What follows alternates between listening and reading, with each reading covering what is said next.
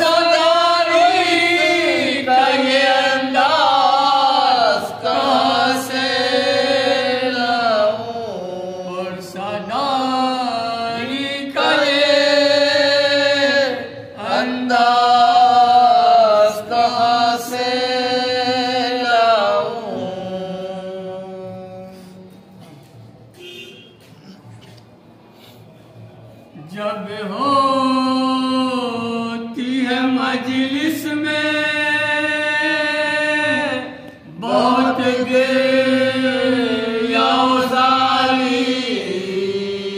जब होती है मजलिस में बहुत गिरयाज़ारी, और ज़ाकिरों में जिसके आती है बारी, और ज़ाकिरों में जिसके आती है बारी, होता है हर इस आन के उस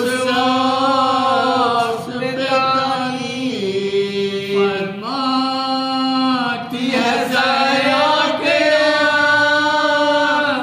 कर दिल को तू भारी, पढ़ मरसिया ज़ाकिर तुझे किस बात का डर है, क्या पीटने रोने के लिए फातिमा कम है, क्या पीटने रोने के।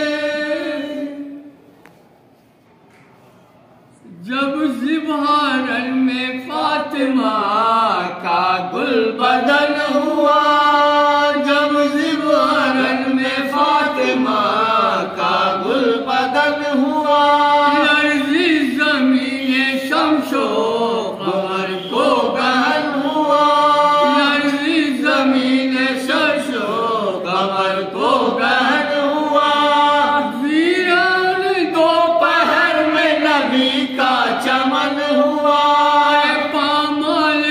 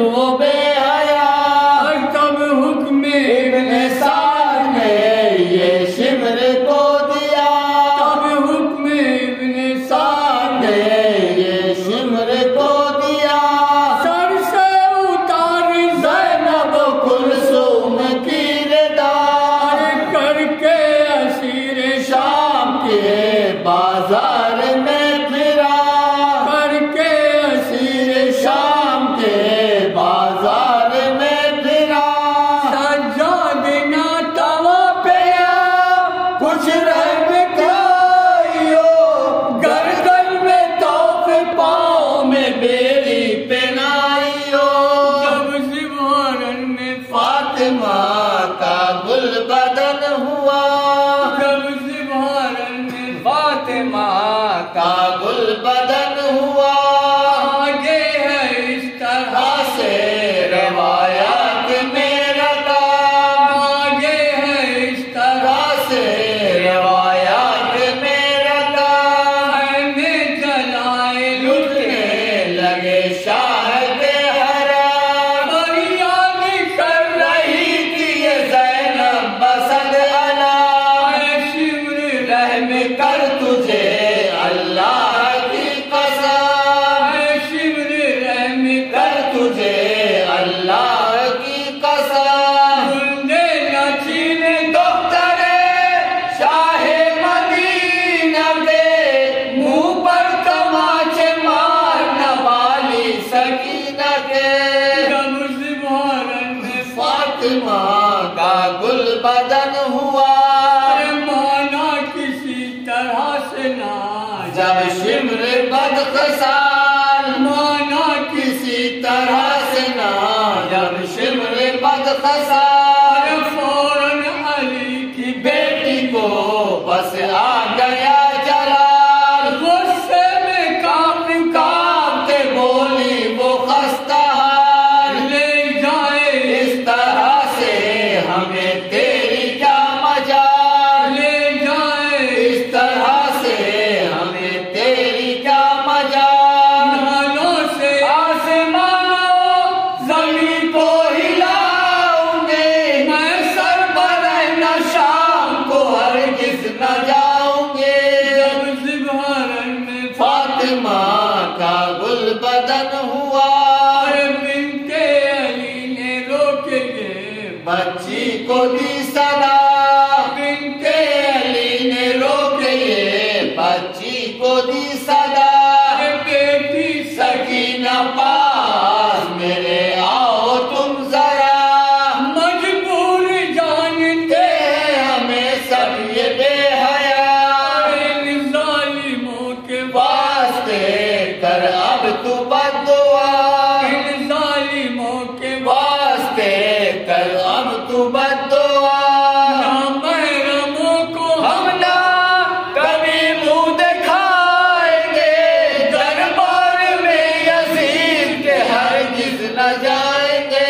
जब ज़िबहरन में फातिमा का गुल बदन हुआ, जब ज़िबहरन में फातिमा का गुल बदन हुआ। और ये सुन के हाथ उठाए सकीना ने एक बार, ये सुन के हाथ उठाए सकीना ने एक बार। कहने लगे फूफी से ये सज्जाद ज़ीवदार, देखो तो रो रहा है सरे शाह नामदार। सर के करीब आके पुकारी वो सोगवार, सर के करीब आके पुकारी वो सोगवार। मान जाऊं हाला मुझसे छिपाइए, रोने का क्या सबब है मुझे ये बताइए।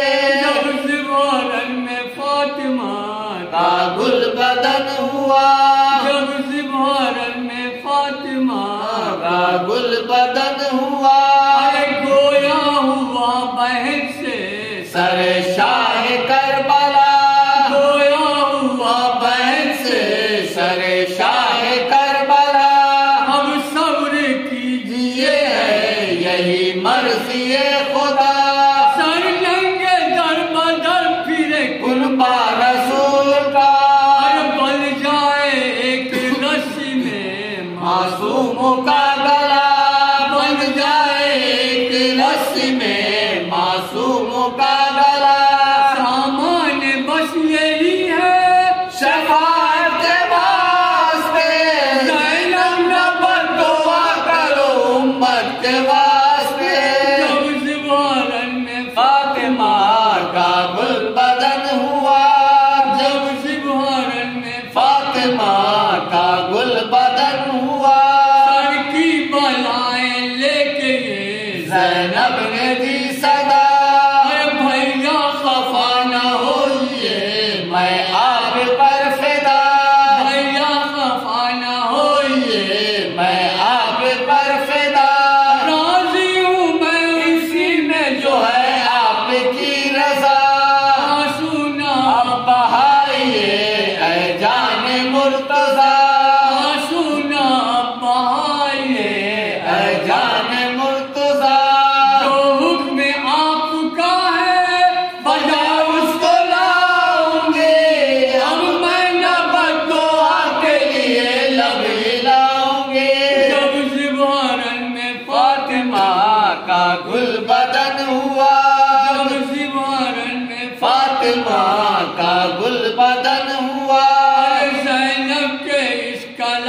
से महशर बपा हुआ, ज़ैनब के इस कलाम से महशर बपा हुआ।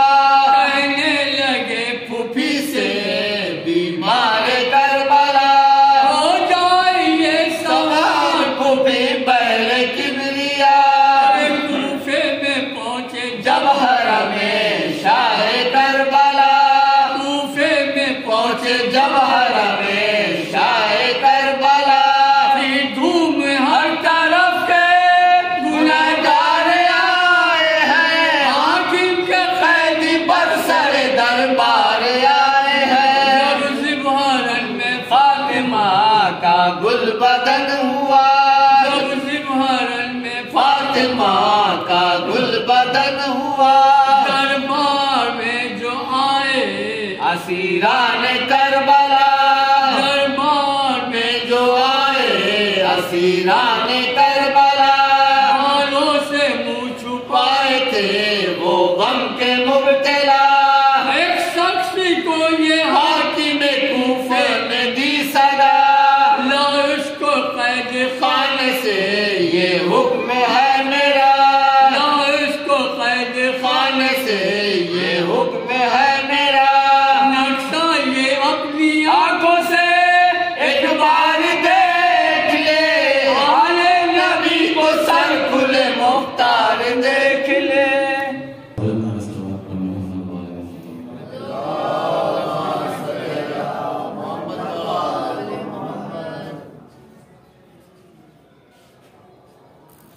जो हज़रात बाहर हैं समाज गुज़ारिश की खुशनुदी की तशरीफ लाएं। मज़ाक़ में जिसका आवाज़ खानी से होता है।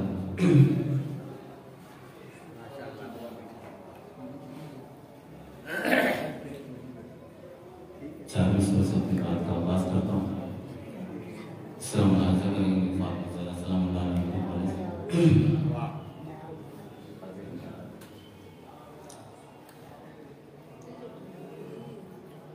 कि इंतकाम में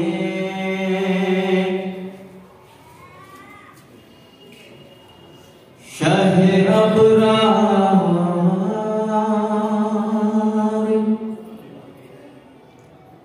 अभी बाकी है।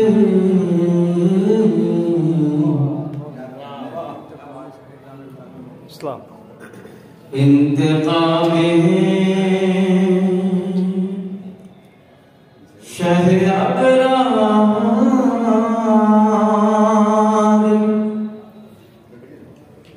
अभी बाकी है।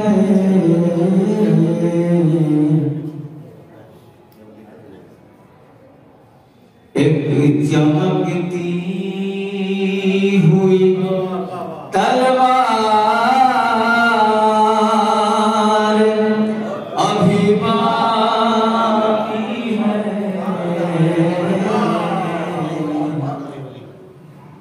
एक चमकती हुई तलवार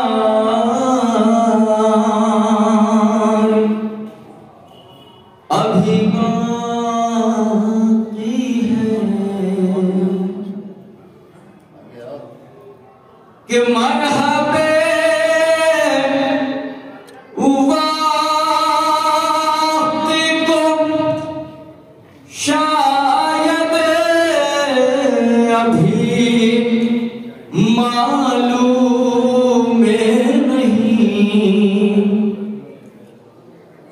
मरहबे वक्त को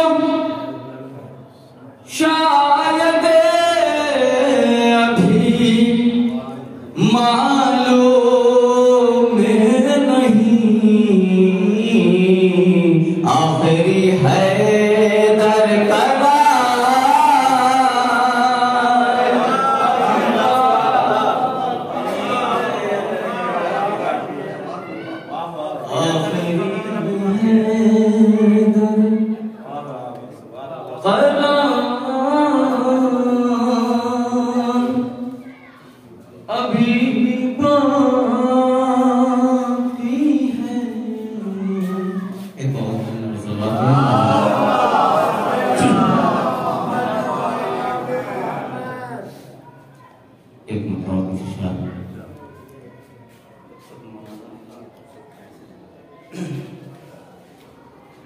जितने लोग मौजूद हैं जरूरत है अभी मुझे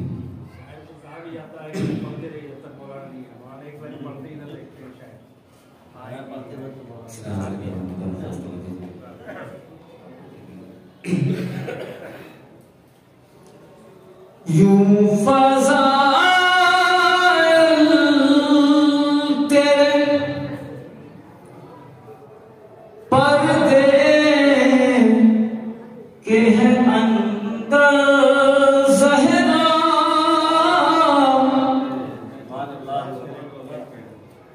यूं फज़ाइल तेरे पर्दे के है अंदर ज़हरा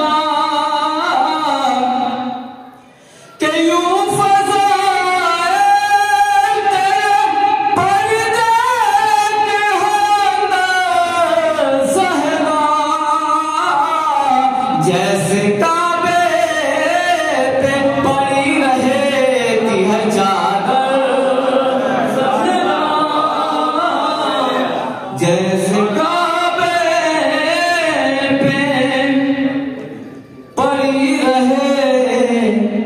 है चादर ज़हरा और ये भी दूसरा उतर था कि इससे बढ़कर तो फजीलत ही नहीं है कोई इससे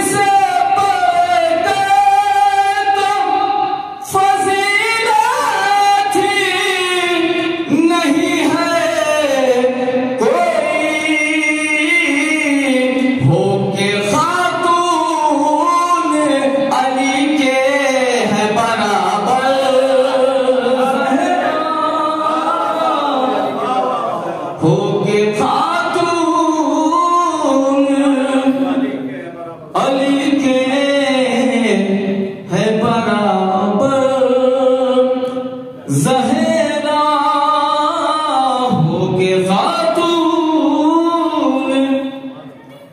अली के है बराबर ज़हरा एक आवाज में मैं सवाल करूंगा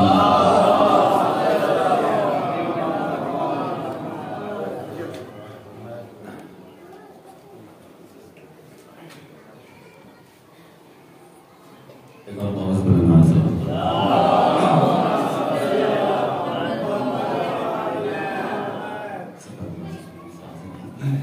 यूं फज़ाइल तेरे पर्दे के हैं अंदर ज़हरा जैसे काबे पे पड़ी रहती है चादर ज़हरा के सर पे बाबा की हाथ में बाबा का आसान के सर पे बाबा की हाथ में बाबा का आसान बन के दरबार में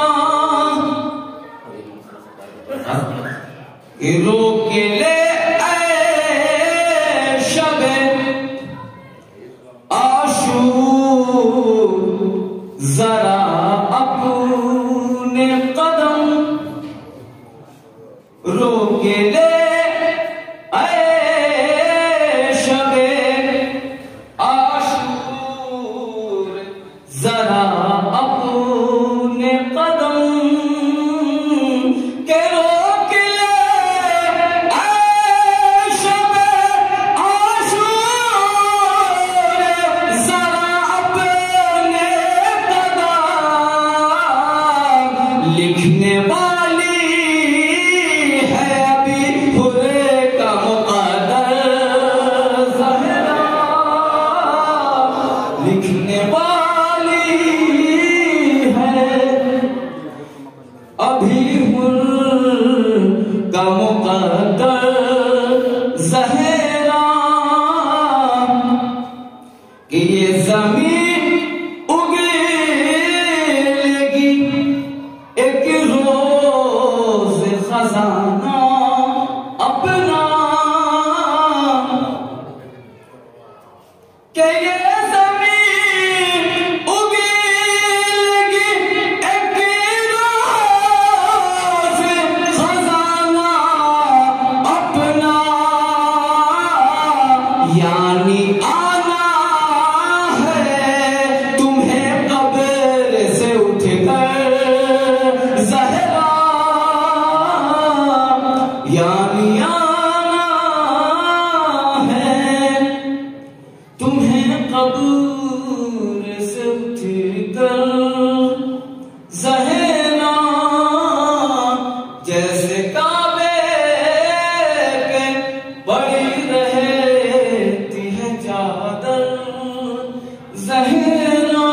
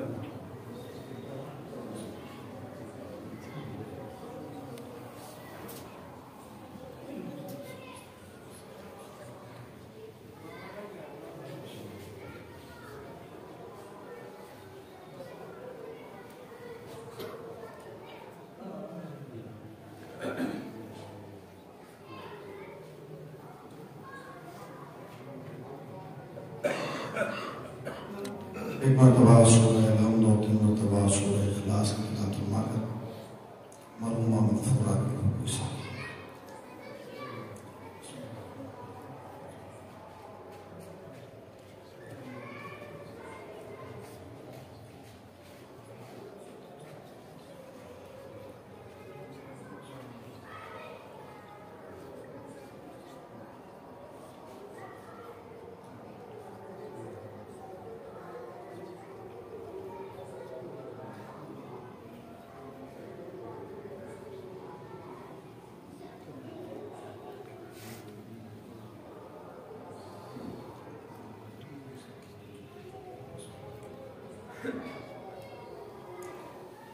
ला हौला वला कुव्वता इल्ला बिल्लाहिल अलीय्यिल अज़ीम।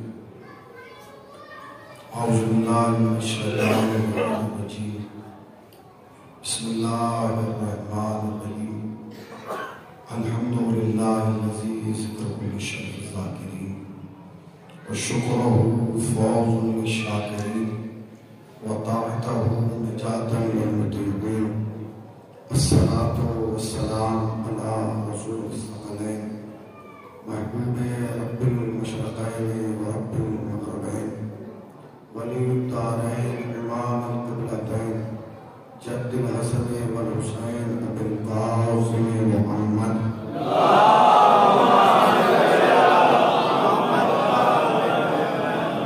अम्मा बअद फ़क़द क़ाल रसूल सल्लल्लाहु अलैहि वसल्लम मन माता अला हुब्बि आलि मुहम्मदिन माता शहीदा। सल्लल्लाहु अलैहि वसल्लम।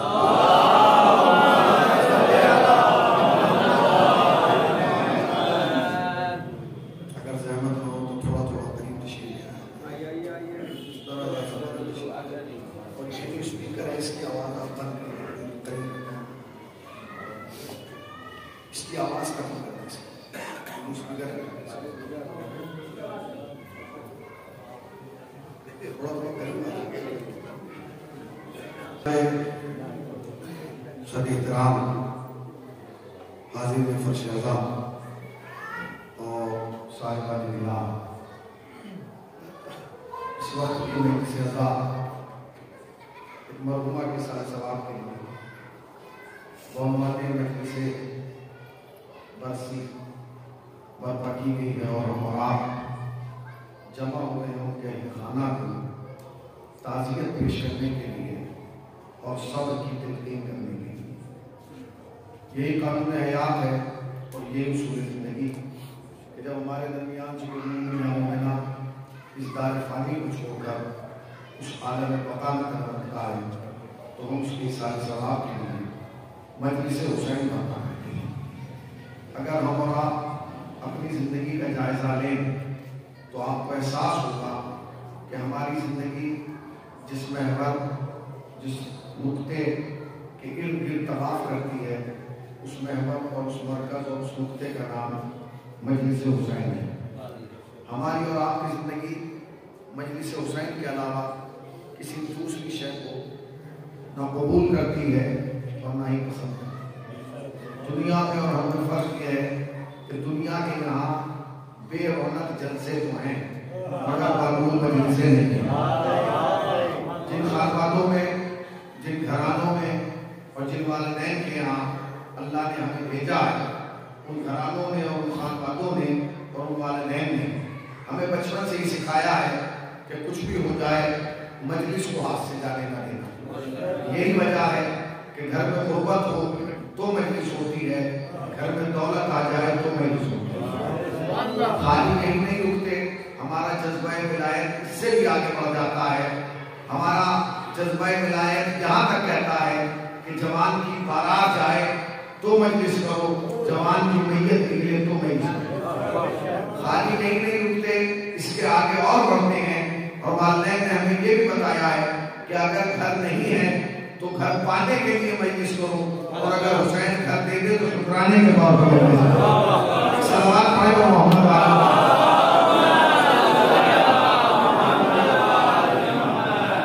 तो अगर हम और आप एक कबला के इस्तकबाल में कौन सलवात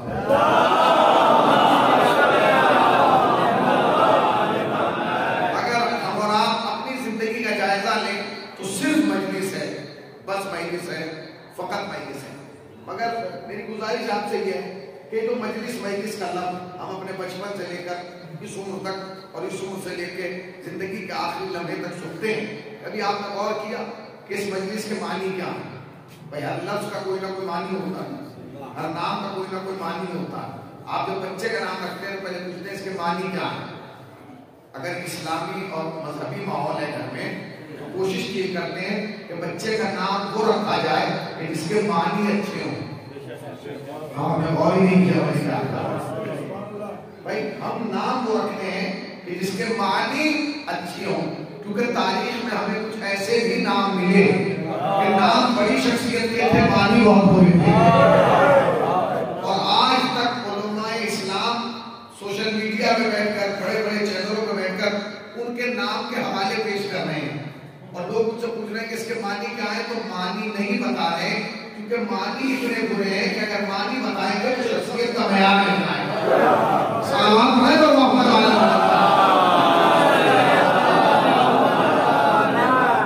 अभी कुछ लोग नहीं समझे तो मैं क्या करूं, और आज जो समझ गए वो बहुत सी को बता देंगे मैं कहना क्या चाहता हूं। इसलिए हर चीज की वजाहत की जरूरत नहीं है। तो अल्लाह ने जिन घरानों में हमें पैदा किया है वो घराने बड़े बाबरकत हैं, बड़े पाकीज़ा हैं और खुदा की कसम शुक्र अदा किया कीजिए उस परवरदिगार आलम का कि उसने जिन घरानों में हमें पैदा किया ना वो किसी ऐसे वैसे दरवाजे के फकीर नहीं है, वो आले मोहम्मद के दरवाजे के फकीर है। और उस घराने का कमाल ये, अगर आप तवज्जो दे रहे हैं तो मैं इसका आवाज कर रहा हूँ, उस घराने का कमाल ये है कि उनमें जो पहला आली है उसका कमाल ये है कि अगर वो चुप रहे, मिंबर पर बैठे, मैदान में जाए तो अली नजर आता है। अल्लाह अकबर, अल्लाह अकबर। अगर वो चुप रहे, मिंबर पर बैठे, मैदान में जाए तो अली नजर आता है। शबे हिजरत चादर ओढ़ के सो जाए तो नबी नजर आता है। और शबे मेराज बताए वहदत से बोल उठे तो खुदा नजर आता है। सलावत है तो मोहम्मद वाला मोहम्मद।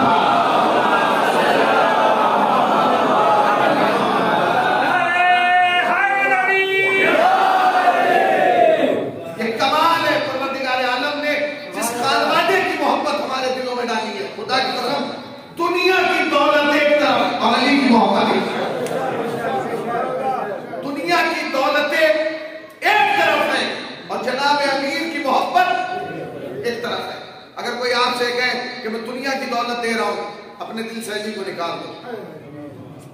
कौन निकालेगा? हमें तो ये सौदा मंजूर नहीं है। जानते क्यों नहीं है? इसलिए कि दुनिया के पास रहबर है और तुम्हारे पास भी रहबर है, मगर दुनिया के रहबरों में और तुम्हारे रहबरों में बुनियादी फर्क है। मैं जानता हूं कि सुबह से शायद ये चौथी महीने से, और अगर खुतबा लगा दिया जाए तो मैं कहता 5वीं तकरीर है जो आप सभा करवा रहे हैं, मगर मुझे कतई एहसास न दिलाइएगा कि मैं शीशे के सामने पढ़ रहा हूँ या शीशों के सामने पढ़ रहा हूँ। शीशा नहीं बोलता, शीशा बोलता है।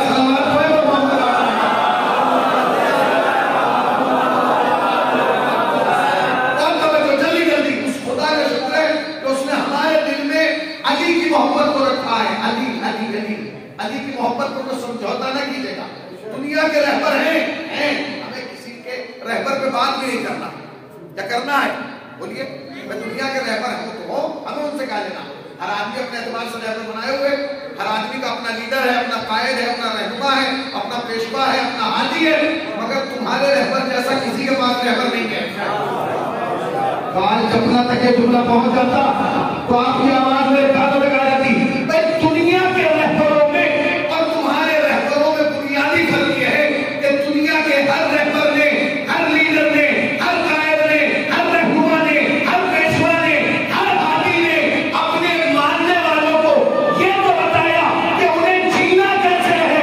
अहले बैत ने ये भी बताया कि तुम्हें रहना कैसे है।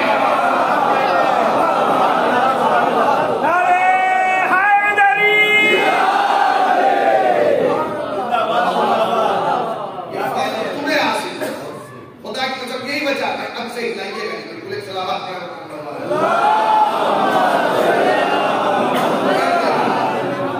मेरी तरफ उसको सेट करो, बैठ जाओ, कौन सलावत पढ़ेगा?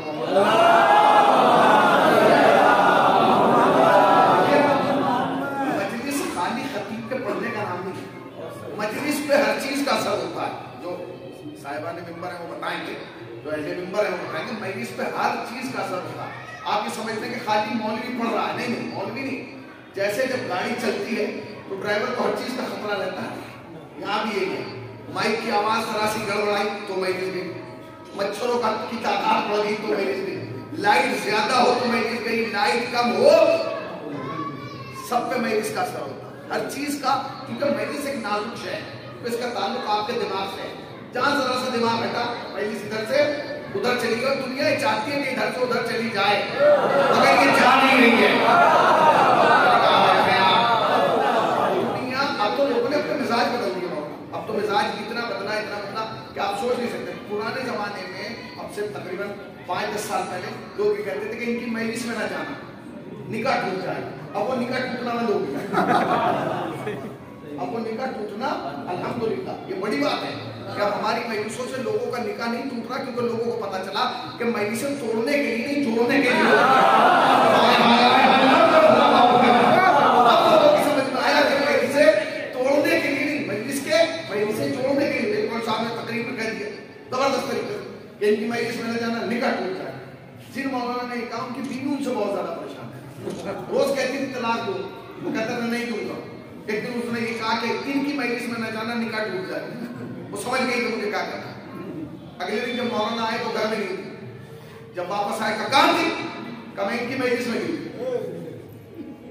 अब मौलाना क्या कहे? अगर मौलाना ने आगे कहा क्या मतलब क्यों गई थी? कहा आपने दी तलाक, निकाल तू भी क्या? उसने अपने पूरी बात नहीं सुनी। एक बार जाने से नहीं टूटता।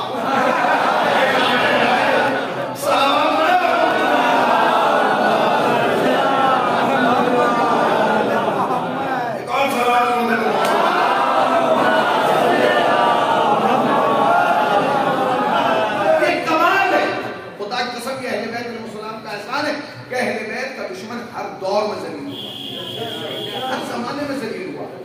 आप कितनी इज्जतों के मनारे उनके नाम के खड़े कर दे, मगर जब अहले बैत अलैहिस्सलाम के बुग़्ज़ की बात आएगी वो दुश्मन खुद ब खुद जलील होने लगे। जानते कभी कभी कुछ चीजें ऐसी थी कि इस पे आदमी सोचता है। मैं बहुत सोचता था, एक सवाल मेरे ज़हन में था, बरसों से मेरे ज़हन में था, मुझे जवाब नहीं मिला, मुझे अभी पता चला।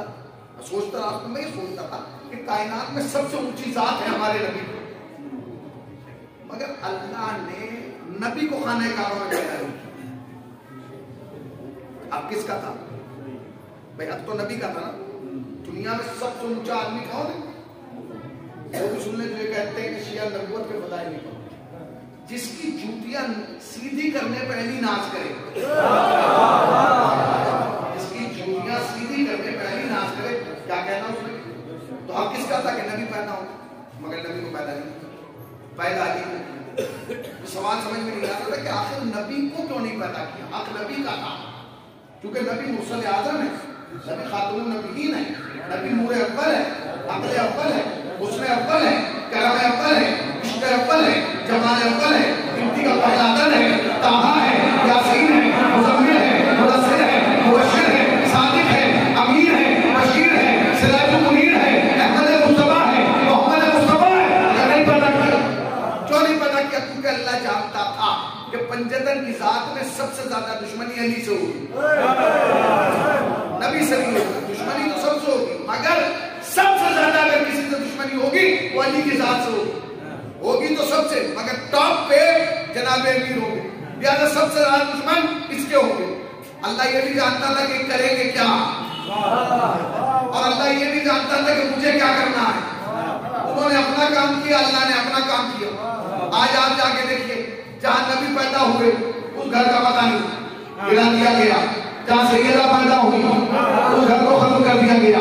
जहां हसनैन पैदा हुए उस घर को गिरा दिया गया।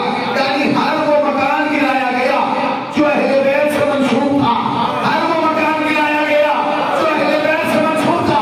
आपने गौर नहीं किया, हर वो मकान गिरा दिया गया जो अहले बैत से मंसूब था। अल्लाह ने कहा मैं अली को ऐसे घर में पैदा करूंगा।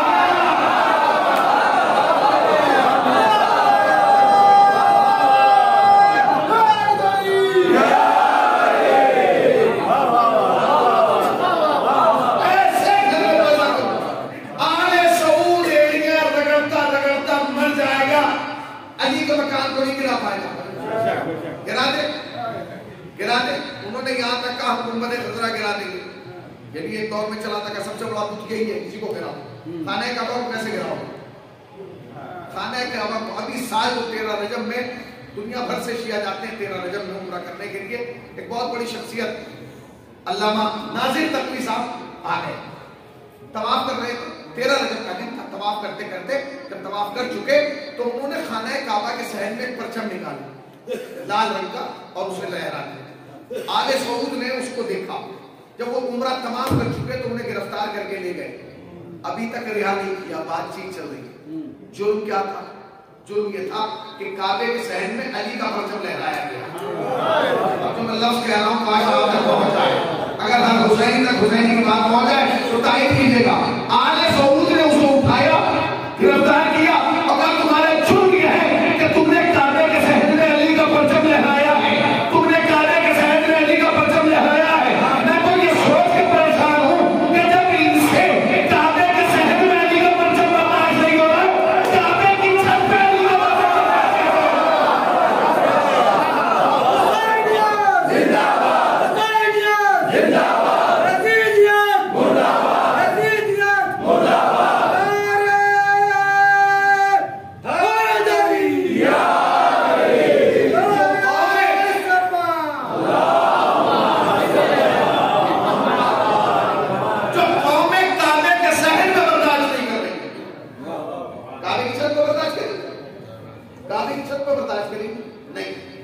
की कसम याद रखना, दुनिया तुमसे परेशान नहीं है, तुम्हारे इमामों से परेशान है। अब जो मैं जुमला कह रहा हूं उसे बहुत हसास तरीके से, इमाम का एक एक जुमला सदियों पर मुहित होता है, सदियों पे। इमाम ने बरसों पहले कहा, तुम्हें पता भी नहीं इसका मकसद क्या है, हमें मालूम भी नहीं होता, बात आम होती है। इब्ने तैमिया एक बहुत बड़ा यानी ऐसा शख्स गुजरा है जिसने एक फिरका पैदा किया। इब्ने तैमिया ने एक फिरका पैदा किया, उसने शियों पे एक टिप्पणी की है, शियों पे एक ऐतराज किया। वो ऐतराज क्या किया? क्योंकि आज इमाम की शहादत भी है और इमाम से मंसूब है इसलिए क्या, उसने 7वें इमाम की एक हदीस पर एक टिप्पणी की। वो टिप्पणी सुन ली। 7वें इमाम फरमाते हैं कि अल्लाह ने एक दिन में 5 नमाजों को वाजिब किया। अल्लाह ने एक दिन में 5 नमाजों को वाजिब किया। बात खत्म हो गई। इब्ने तैमिया ने इसी को उठा के लिखा कि बताइए ये भी कौन सी बड़ी बात है, ये तो हर आदमी जानता है कि 5 नमाजें वाजिब। शियों का 7वें इमाम इमाम मुझसे काजी फरमाते हैं कि एक दिन में, अच्छा ये बात, इस बात तो वाकई सामने की, मगर इस बात की बात में बात क्या है? और अहले बैत बगैर बात के बात नहीं करते,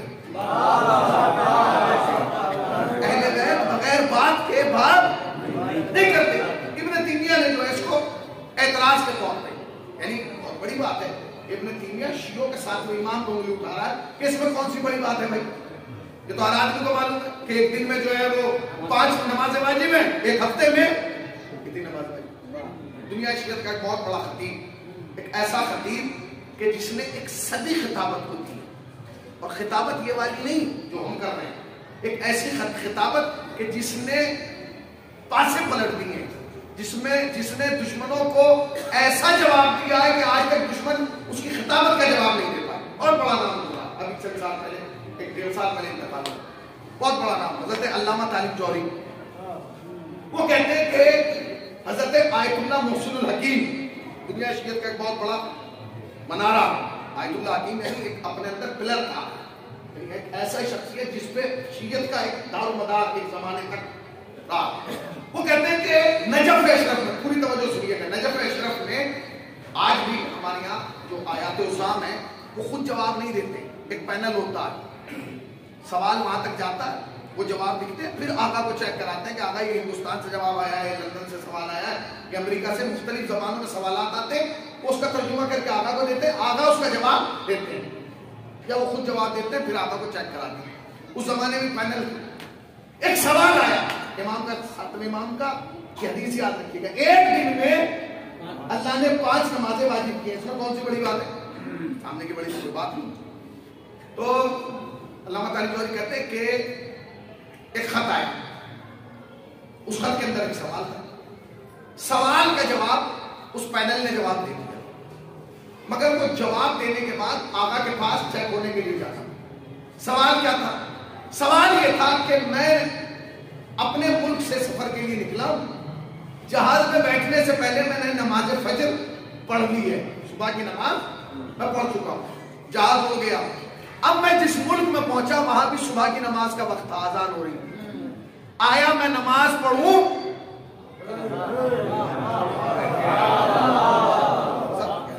भाई मैं जहाज में बैठा, बैठने से पहले मैंने नमाज सुबह पढ़ी, जहाज हुआ, जिस मुल्क में मैं पहुंचा वहां भी सुबह की आजान हो रही, नमाज पढ़ूं या ना पढ़ूं, क्योंकि मैं पढ़ चुका हूं एक दफा। पैनल ने जवाब दिया, क्या जवाब दिया? आप नमाज पढ़ेंगे क्योंकि नमाज का वक्त दाखिल हो चुका है, ये पैनल ने जवाब दिया। जब चेक होने के बाद के लिए आयतुल्लाह हकीम के पास गया, तो आयतुल्लाह हकीम ने उसको पढ़ा, और पढ़ने के बाद कहा तुमने जवाब गलत दिया, इससे कहो कि तुम नमाज नहीं पढ़ोगे सुबह की, क्यों? क्योंकि तुम पढ़ चुके हो।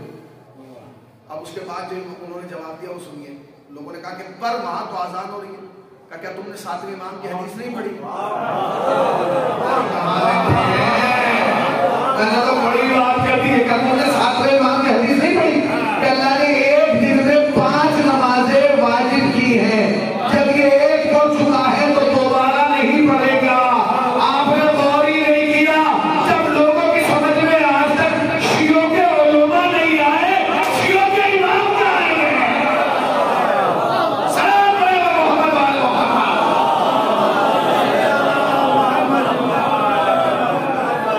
ये सामने की है। अच्छा ये आज के दौर में तो सवाल मामूली है ना, आप नेट से सर्च कर सकते हैं। वो जमाना जिस जमाने में आगा हकीम थे, नेट का तसव्वुर भी नहीं था, खत किताबत का जमाना था, कितना सख्ती के सवाल था, आ सकता, मगर उसके लिए अब ये समझिए कि इमाम ने कब कहा होगा, समझे? मतलब क्या, शियों का इमाम वो इमाम नहीं है जो उम्मत ने इमाम बनाए, शियों के इमाम और हैं, उम्मत का इमाम और है। अल्लाह ने जो इमाम बनाए वो और है, कौम ने जो इमाम बनाए वो और है।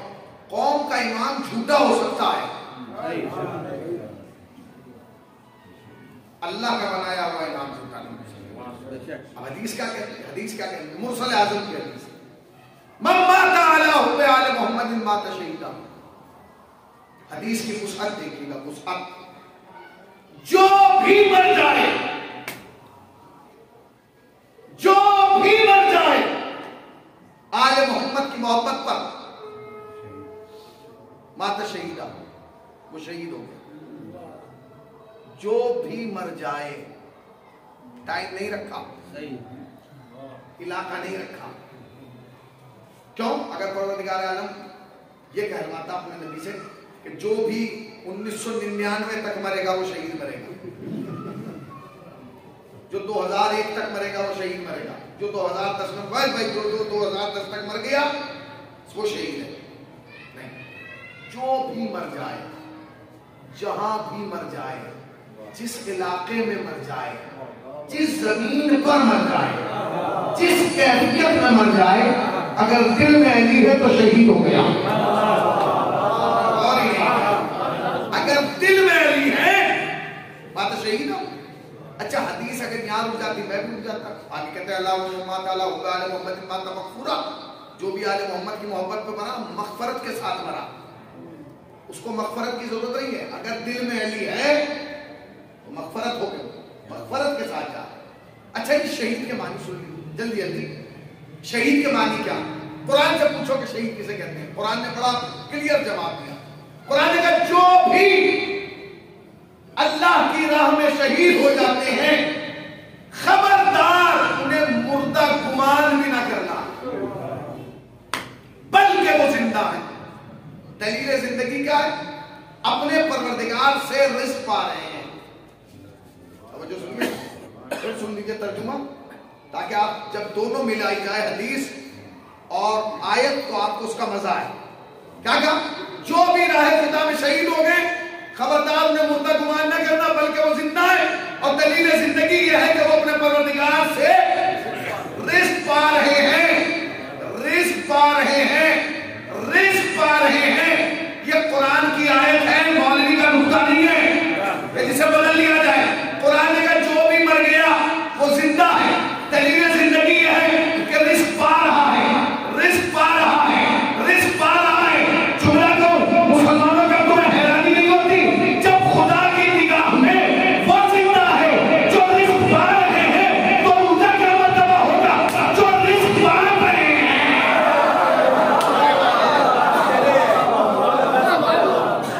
जब रिज़्क़ पाने वाला जिंदा है तो जो रिज़्क़ पाता है उसका मेयार क्या होगा, उसकी कैफियत क्या होगी? भाई पाने वाला तो जिंदा है, बांटने वाले का क्या आलम होगा?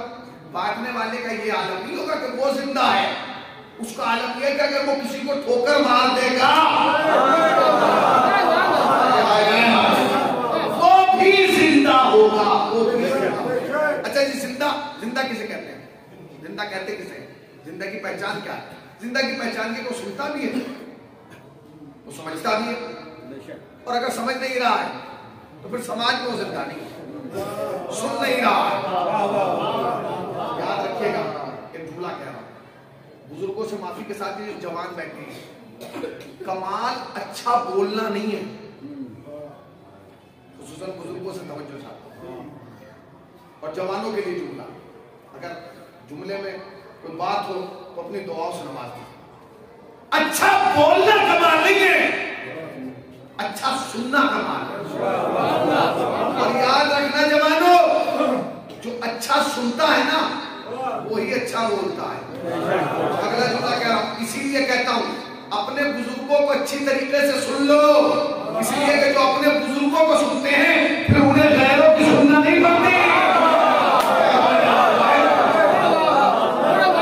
अपने बुजुर्गों को सुनो, अपने वालिदैन को सुनो, अपने असातीद को सुनो, अपने उलमा को सुनो, इसलिए कि जो इन्हें सुन लेते हैं वो फिर गैरों को उन्हें सुनने की जरूरत नहीं है। फिर उन्हें, और जो इनकी नहीं सुनता ना, फिर उन्हें जिंदगी भर लोगों की सुनना पड़ती है। तो तुम्हारे इख्तियार में या तो इनकी जिंदगी में सुन लो या फिर पूरी जिंदगी गैरों की सुनो। इसकी सुनना, इनके सुनने में बेहतर आई, क्योंकि ये अपने हैं, ये बुजुर्ग हैं, ये सरपरस्त हैं। तो पहचान सुनना और बोलना। कुरान ने कहा कि वो जिंदा है। दलील जिंदगी क्या है? तो रिज़्क़ पा रहे। अच्छा, हम जिंदा हैं, हम मर गए फिर भी जिंदा हैं, तो जिंदगी की अलामत क्या है? आलम इस्लाम में 73 फिरके हैं, कोई ये दावा नहीं करता कि उसका मुर्दा जिंदा है। वो कहते हैं मर गया तो मर गया, मगर आप ये नहीं कहते कि मर गया, आप ये कहते हैं इंतकाल फरमा गया। मरने में और इंतकाल फरमाने में तो बहुत बड़ा फर्क है। मर गया तो मर गया, इंतकाल यानी मुंतकिल हो जाना। अब मैं और कहीं आके कह दूं ताकि लोग और बेहतर हो। मरने में और इंतकाल फरमाने में फर्क है कि जो मर जाता है उसके लिए कहा जाता है मर गया फातिहा। इसका मतलब जो जिंदा है उसके लिए फातिहा होती है, मर जाते हैं उसके लिए फातिहा के तसव्वुर नहीं है। ठीक है, अब और करीब आ जाइए। जिंदा है तो उसकी फातिहा भी है, उसका दुरूद भी है, उसके लिए सलावात भी है, उसके लिए सारे सवाब भी है। मर गया तो मिट्टी डाली और फिर मिट्टी डाल दी, फिर कोई तसव्वुर, रिश्तों पे मिट्टी डाल देते हैं, अकीदत पे मिट्टी डाल देते हैं, हर चीज पे मिट्टी डाल देते हैं। मगर जो इंतकाल फरमाते हैं वो हमेशा जिंदा रहते हैं। अच्छा दलील क्या? तो दलील ये है कि वो सुनता है। यही वजह है कि आलम इस्लाम के 73 फिरकों में से एक फिरका आपका है, 72 गैरों के। कब्रिस्तान में जाने में किसी को पाबंदी नहीं है। यहाँ आज तक कभी आपने नहीं देखा होगा कि किसी फिरके ने कब्र के कब्रिस्तान के बाहर लिखा हो ये हनफियों का है, यहाँ फलाना है।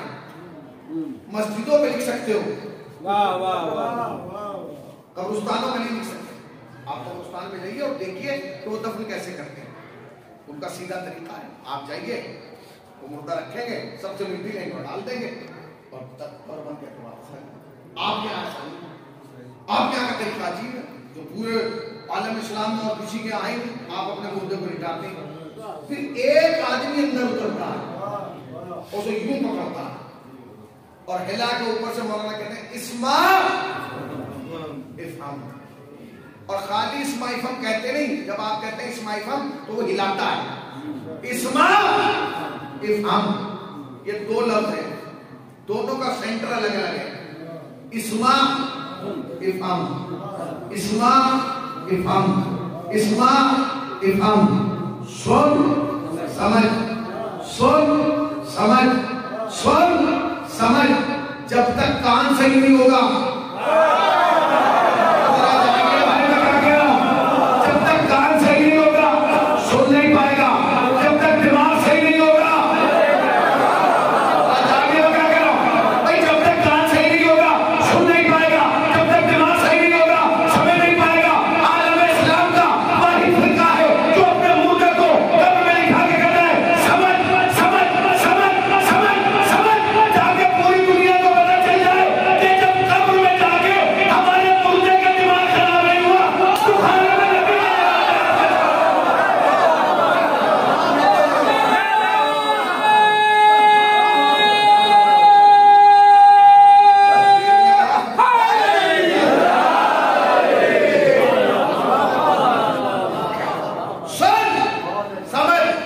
सुन समझ।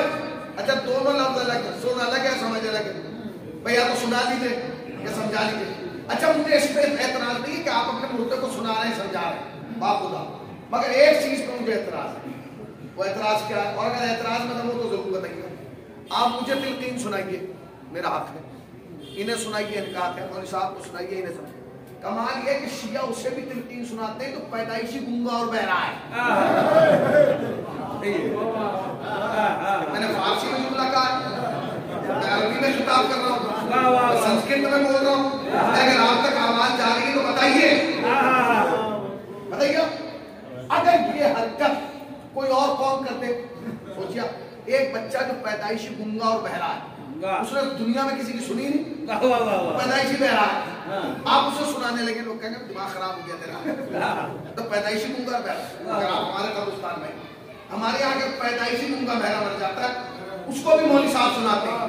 तो कौम के जिम्मेदार को चाहिए कि वो आगे बढ़े और मौलाना के कांधे बाहर करके गए किबला इसे मत सुनाइए। क्यों? क्या इसलिए कि तो पैदाइशी गूंगा और बहरा था, मगर कोई नहीं कहता, इसलिए नहीं कहता ताकि दुनिया को पता चल जाए कि कब्र के उधर वो भी सुनता है जो यहाँ नहीं सुनता, यहाँ नहीं सुनता, वहां सुनता है। इसीलिए कहते हैं यहाँ सुनने के आदि बन जाओ, ताकि जब वहां सुनाया जाए तो बोझ ना लगे, बुरा ना लगे।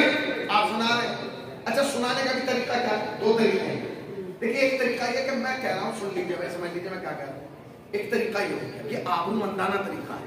आप किसी के भाई साहब मेरी बात सुन लीजिए, भाई साहब मेरी बात सुन लीजिए, एक तरीका ये है, भाई साहब आप मेरी बात, भाई मेरी मुतवज्जो जरा। एक दूसरा तरीका है कि आप सामने खड़े हुए आदमी का कांधा पकड़ के सुन, वाह वाह, समझ, तो खालियानी आगे और बढ़ा, फहिमता, समझा, और ये 2-3 दफा रिपीट हो जाए ये स्टाइल, एक कांधा पकड़ के सुन, समझ, समझा, उसका रिएक्शन क्या होगा? ये चाबी को मैंने फंसा दी, अब ताला खुलना अल्लाह का मालिक। आप खुद सोचिए कि एक आदमी है या शरीफ आदमी है, बड़ा मुतदय्यन है, आप उसे हिला हिला के सुन, समझ, समझा, वाह वाह, इस्माइल इफहम फहिमता, समझा। उस अगर वो शरीफ भी है, एक दफा 2 दफा 3री दफा पे तेवर बदल जाएंगे। हाँ सुना, हाँ सुना, जिसे तुम हिला हिला के कह रहे हो सुन, समझ, समझा, अगर उसने नीचे से एक दफा कहा हाँ सुना, फिर क्या होगा? फिर बोल गया आप जाओ, वो जो बाहर होंगे वो तो वापस आ जाएंगे, मगर जो बेचारा अंदर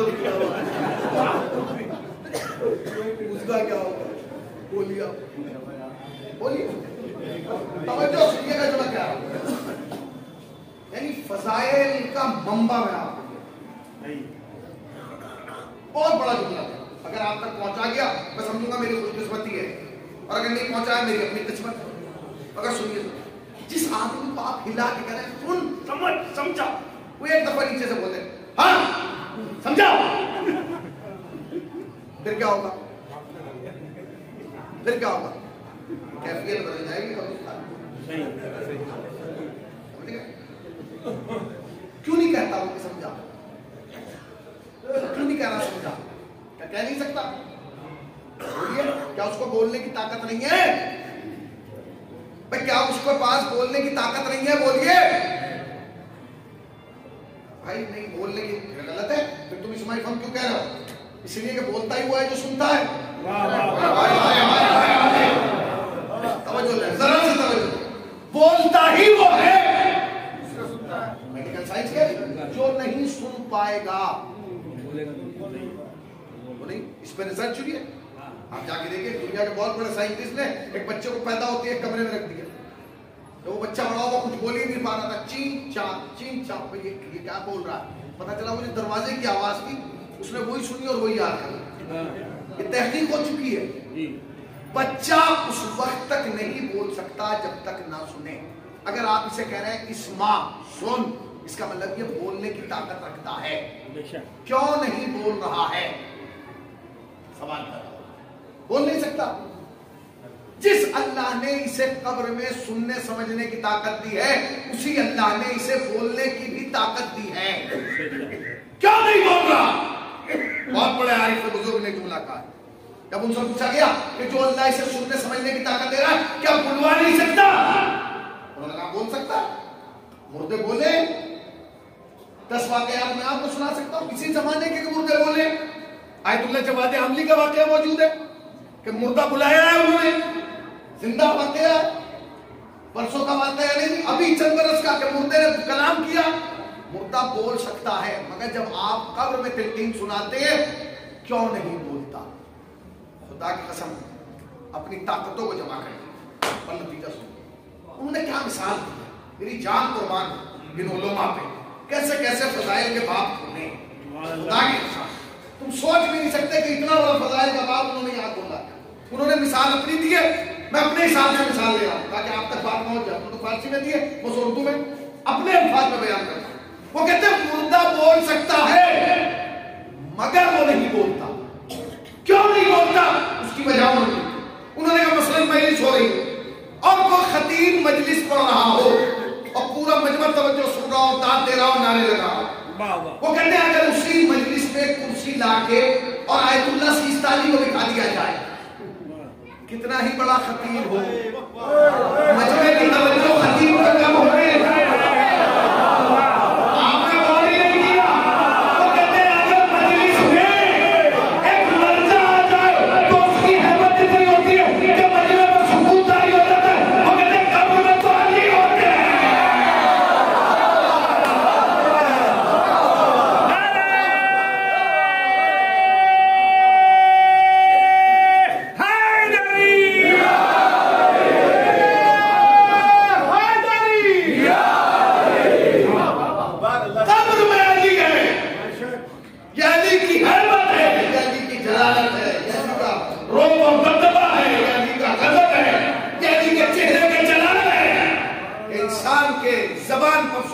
निराले लग जाते हैं। इसलिए कि वो जिंदगी भर जिसके इश्क में तड़पता है आज उसका दीदार करता है। समझ कोई नई चीज सुनाती इतनी तवज्जो देने के बाद अगर कोई नई चीज सिखाएं आप तो अच्छा लगता है कि आपने पूरा बैकग्राउंड बना दिया। तवज्जो दे मैं क्या सुना रहा हूँ समझिए। और सुना वही बात रहे जो बचपन से अम्मा की गोद से सुन रहे हैं। अल्लाह एक, अंजतन 5, इमाम 12, मासूम 14, करबला की शहीद 72। यही तो तिलकीन में भी सुनाया जाता है। तेरा अल्लाह ये है, तेरा रसूल ये है, तेरी किताब ये है, तेरा किबला ये है, तेरा पहला ये है, तेरा दूसरा ये है, तेरा तीसरा ये है, तेरा चौथा ये है, तेरा पांचवा ये है, तेरा छठा ये है, तेरा सातवां ये है, तेरा आठवां ये है, तेरा नौवां ये है, तेरा 10वां ये है, तेरा 11वां ये है, तेरा 12वां ये है। इसीलिए कहता हूं मजलिसों में आया करो ताकि जब कब्र में सुनाया जाए एहसास ना हो कि कब्र में लेटे हो या मजलिस में बैठे हो।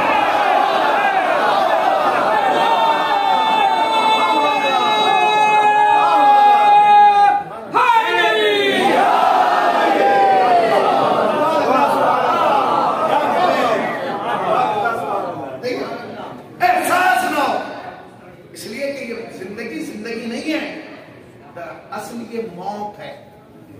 जिंदगी तो वो है जो कब्र के उधर है, जिंदगी तो वो है जो कब्र के उधर आना है, जिंदगी तो वो है जो कब्र के उस तरफ मिलना है। तो मौत है। कुरान ने क्या कहा? अल्लज़ी खलक़ल मौत वल हयात, पहले मौत बाद में हयात। ये हमारा अंधेरापन है कि हम मौत को हयात समझे बैठे हैं। उस मौत का क्या कहना जिसे आप मौत कह रहे हैं, कोई जिंदगी से बेहतर है। इसलिए कि उसका आगाज ही दीदार अली से होना है। उसका दीदार अली से आगाज, जिसका आगाज ही दीदार अली से हो, मौत थोड़ी जिंदगी से बेहतर है। सबको मौत आना। एक बच्ची, एक जवान साल बच्ची जो वालिदैन के लिए राहत सुकून का सबब थी, इस दुनिया से चली। बड़ा सख्त है भाइयों के लिए, माँ के लिए, बाप के लिए। एक ऐसी जो दीनदार थी, नमाजी थी, मातमदार थी, ताजियादार थी, सब ठीक है, चलिए सलमा सबको है। क्यों? क्योंकि मौत का कोई एवरेज नहीं है जिंदगी का, है तो तुम्हें पता नहीं है। जानते हैं जुमला क्या है? डॉक्टर अली शरीयती का जुमला है, बहुत बड़ा नाम गुजरा है डॉक्टर अली शरीयती। डॉक्टर अली शरीयती कहते हैं कि जिंदगी का एक एवरेज है मगर तुम उसका हिसाब नहीं लगा पा रहे। मुझे पूछा गया जिंदगी का एवरेज क्या है, उन्होंने बड़ा खूबसूरत जवाब दिया। उन्होंने कहा जितनी गुजारी है उतनी बची नहीं है। जागो मेरे भाई, जितनी गुजारी है उतनी बची नहीं है, और जितनी बची है उसका तुम्हें पता नहीं है। जितनी गुजारी है उसका तुम्हें उतनी बची नहीं है, जितनी बची है उसका पता नहीं। उम्र का एवरेज घट रहा है। सही घट रहा है कि नहीं? पहले आदमी नॉर्मली 70-80 साल जी जाता था, अब 45 में जाके जो है वो एंजियोग्राफी होने लगती है, फिर सांस फूलने लगता है। 50-55 तक इंसान खुदा की बारगाह में चला जाता है। कमाल है, वो जाने जल्दी लगा, आने का एवरेज वही है। आप समझे नहीं मैं क्या कह रहा हूं? अगर समझ जाते तो सुकून टूट जाता। हमारे यहाँ जाने का एवरेज हट रहा है, जल्दी जा रहा है। पहले 60-70-80 साल में आदमी, ऐसे भी लोग थे, मैंने अपनी जिंदगी में देखा। 104 साल की मोहतरमा जयपुर में थी, बगैर चश्मे को कुरान पढ़ती, सारे दांत साबुत थे। अब 104 तक कौन जिएगा? बोलिए, अब 104 किलो वजन तो हो सकता है, उम्र नहीं हो सकती। कमाल है। अच्छा जी, अब आप सुनिए, मौत 80 से आगे 55 पे, आगे के नहीं, 80 से मौत कहाँ गई? 55 पे। मगर हम लोग अभी जी रहे हैं 55 में, मौत आ गई 55 पे और हम चल रहे हैं 55 में। क्यों? इसलिए कि हमने निजाम कोई बना के रखा है जो पुराना है। और निजाम क्या? देखिए, जब हर चीज जल्दी जल्दी हो रही ना तो सब कुछ जल्दी जल्दी होना चाहिए। मौत तो जल्दी आ रही है, शादी जल्दी नहीं हो रही। शादी जल्दी नहीं हो रही। आप मुझे भाई, आपने अपने बच्चों की शादी, अभी उम्र क्या है? 30 का तो हुआ है, 32 का तो हुआ है, 35, ठीक है 35 में आपने शादी कर दी, 45 में ज्योग्राफी हो गई, 50 में वो चले गए। अब जब हम उनके यहाँ पहुंचे हमने कहा अब्बा कहाँ गए? कैसे पहुंच गए? जब जो हो जाए अब्बा वही है। क्यों? शादी देर से की थी, हमने तो इतनी उम्र में की थी, उनके अब्बा दादा तो अब्बा और दादा का एवरेज 80 में था। याद रखिए, आज हमारे समाज में 80% खामियां इसलिए पैदा हो रही है क्योंकि जल्दी शादी नहीं है। तो जुमला कहने जा रहा हूं, मेरा जुमला नहीं है, दुनिया शियत के बहुत बड़े बुजुर्ग आलिम दीन हजरत आयतुल्लाह हाफिज बशीर नजफी साहब ने, उनकी खिदमत में लोग पहुंचे। अब अगर बुजुर्ग दाद दे ना दे, मगर वो जरूरत है जिन्हें जल्दी शादी कराना है, ठीक है ना। और जब वो दाद देंगे तो आप पीछे से देख के समझ जाइएगा कि किसको कितनी जल्दी है।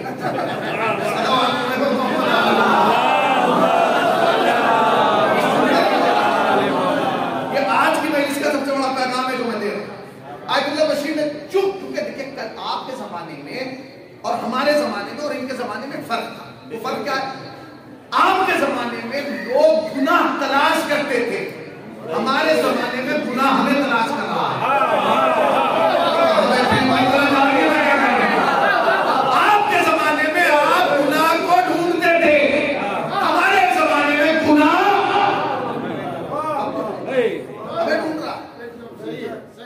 क्यों? इसलिए कि हर घर में आला गुनाह मौजूद है। एक तो मैंने बड़ा बात कह दी, हर जेब में आला गुनाह मौजूद है, हर हाथ में आला गुनाह समझ गए मौजूद है। और उसका नारा है जियो और जीने दो। अगर वो जीने देता है, मगर जब इंसान मरता है तो पता चलता है कि वो जो जीने दो का नारा था वो क्या था। आयतुल्लाह बशीर ने जब अपनी खिदमत में एक साहब था, उन्होंने कहा जी हमारा तो समाज तबाह हो गया, हमारा तो माशरा पाकिस्तानी आदमी, उन्होंने कहा जी हमारा तो माशरा बर्बाद हो गया। बोले क्या? बोले हालात ये हो गए हमारे घरों में कि आदमी बात करने के लिए तैयार नहीं, व्हाट्सएप पे बात हो रही है, क्या लाऊं क्या दूं, यो नहीं। आज लोगों के पास वक्त नहीं है। आपके यहाँ 3 दिन में आपने जितनी अभी 19 तक आप जितनी बातें करेंगे ना, पूरे हफ्ते नहीं करेंगे, क्योंकि नेट नहीं चल रहा था, आप बात कर रहे हैं। जब नेट था तो आदमी अपने अंदर ही गुम था। दुआ कीजिए नेट पूरे भारत ही से बंद हो जाए, इतना सुकून होगा। फिर पुराने जमाने वाली बातें होंगी, लोग बैठेंगे, महफिलें होंगी। नेट ने हमें तबाह कर दिया, नेट ने हमें बर्बाद कर दिया। अब नेट नहीं है, बातें हो रही है, मजलिसों में भी आ रहे हैं। अच्छा, मजलिस की भी एक प्रॉब्लम थी, जब नेट था तो पहले लोग घर देखते थे मजलिस कहां तक पहुंच गई।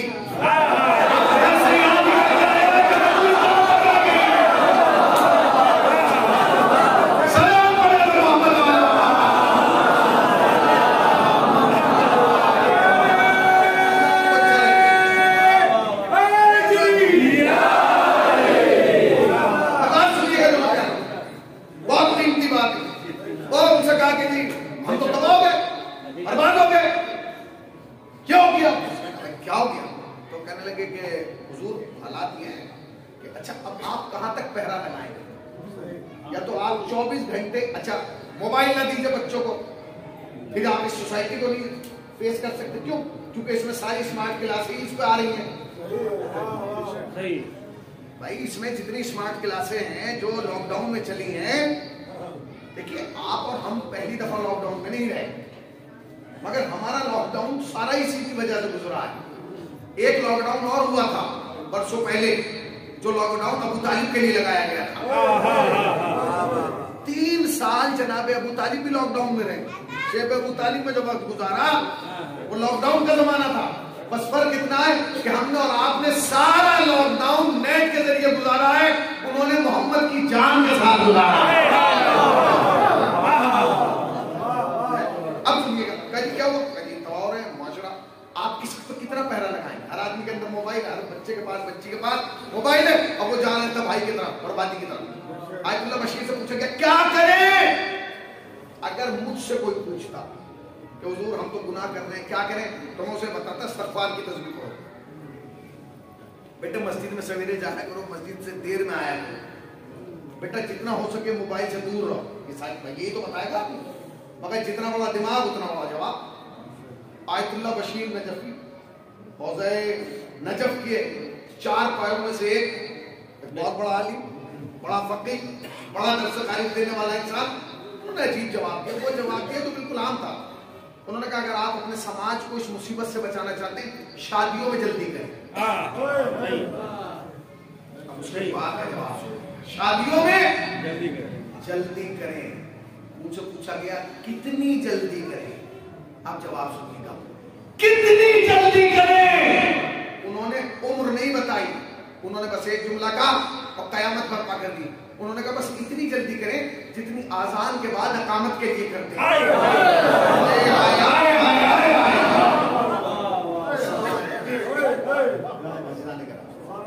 हर इंसान इस मुसीबत से दो चार है, आप नहीं, मैं भी दो चार हूँ, मौलाना भी दो चार है, हमारे बच्चे भी जवान हो रहे हैं, हमारे बच्चे हो, मगर क्या हम सारा दारोमदार क्या है, हम ये सोच रहे हैं पूरी जिंदगी हम चला रहे हैं, हमारे अब्बा चला रहे हैं, भाई शादी कर देंगे, ये कहां से खिलाएगा? ये तो कुछ करता ही नहीं। इसमें मुश्किल प्रॉब्लम मौलवियों की, हमारी प्रॉब्लम, ये हमारी गलती है कि हमने आपको ये बताया कि आपको अब्बा नहीं खिला रहे थे, आपको अल्लाह खिला। इसीलिए जरूरत इस बात की है किबला कि जब निकाह पढ़ा जाए तो पहले निकाह पढ़ने वाला वो जो खुतबा पढ़ता है उसका तर्जुमा पढ़ा जाए, ताकि उसे पता चले कि इसमें अल्लाह वादे क्या कर रहा है। अल्लाह तुमसे वादा कर रहा है, औलाद पैदा करना तुम्हारा काम है, रिस्क देना हमारा काम है, हराम से बचना तुम्हारा काम है, रिस्क पर मुसर पैदा करना हमारा काम है। अब आप आगे, अब इंसान गुनाह की तरफ जा रहा है, गुनाह की तरफ जा रहा, गुनाह कर रहा। अब हर अब्बा अम्मा इस चक्कर में कि सारा गुनाह इसी के सर है, गलत ना ना ना। पूछिए उलमा क्या कहते हैं, उलमा कहते हैं कि अगर बालिग होने के बाद बच्चा को गुनाह करता है, अब्बा अम्मा बराबर के शरीक है।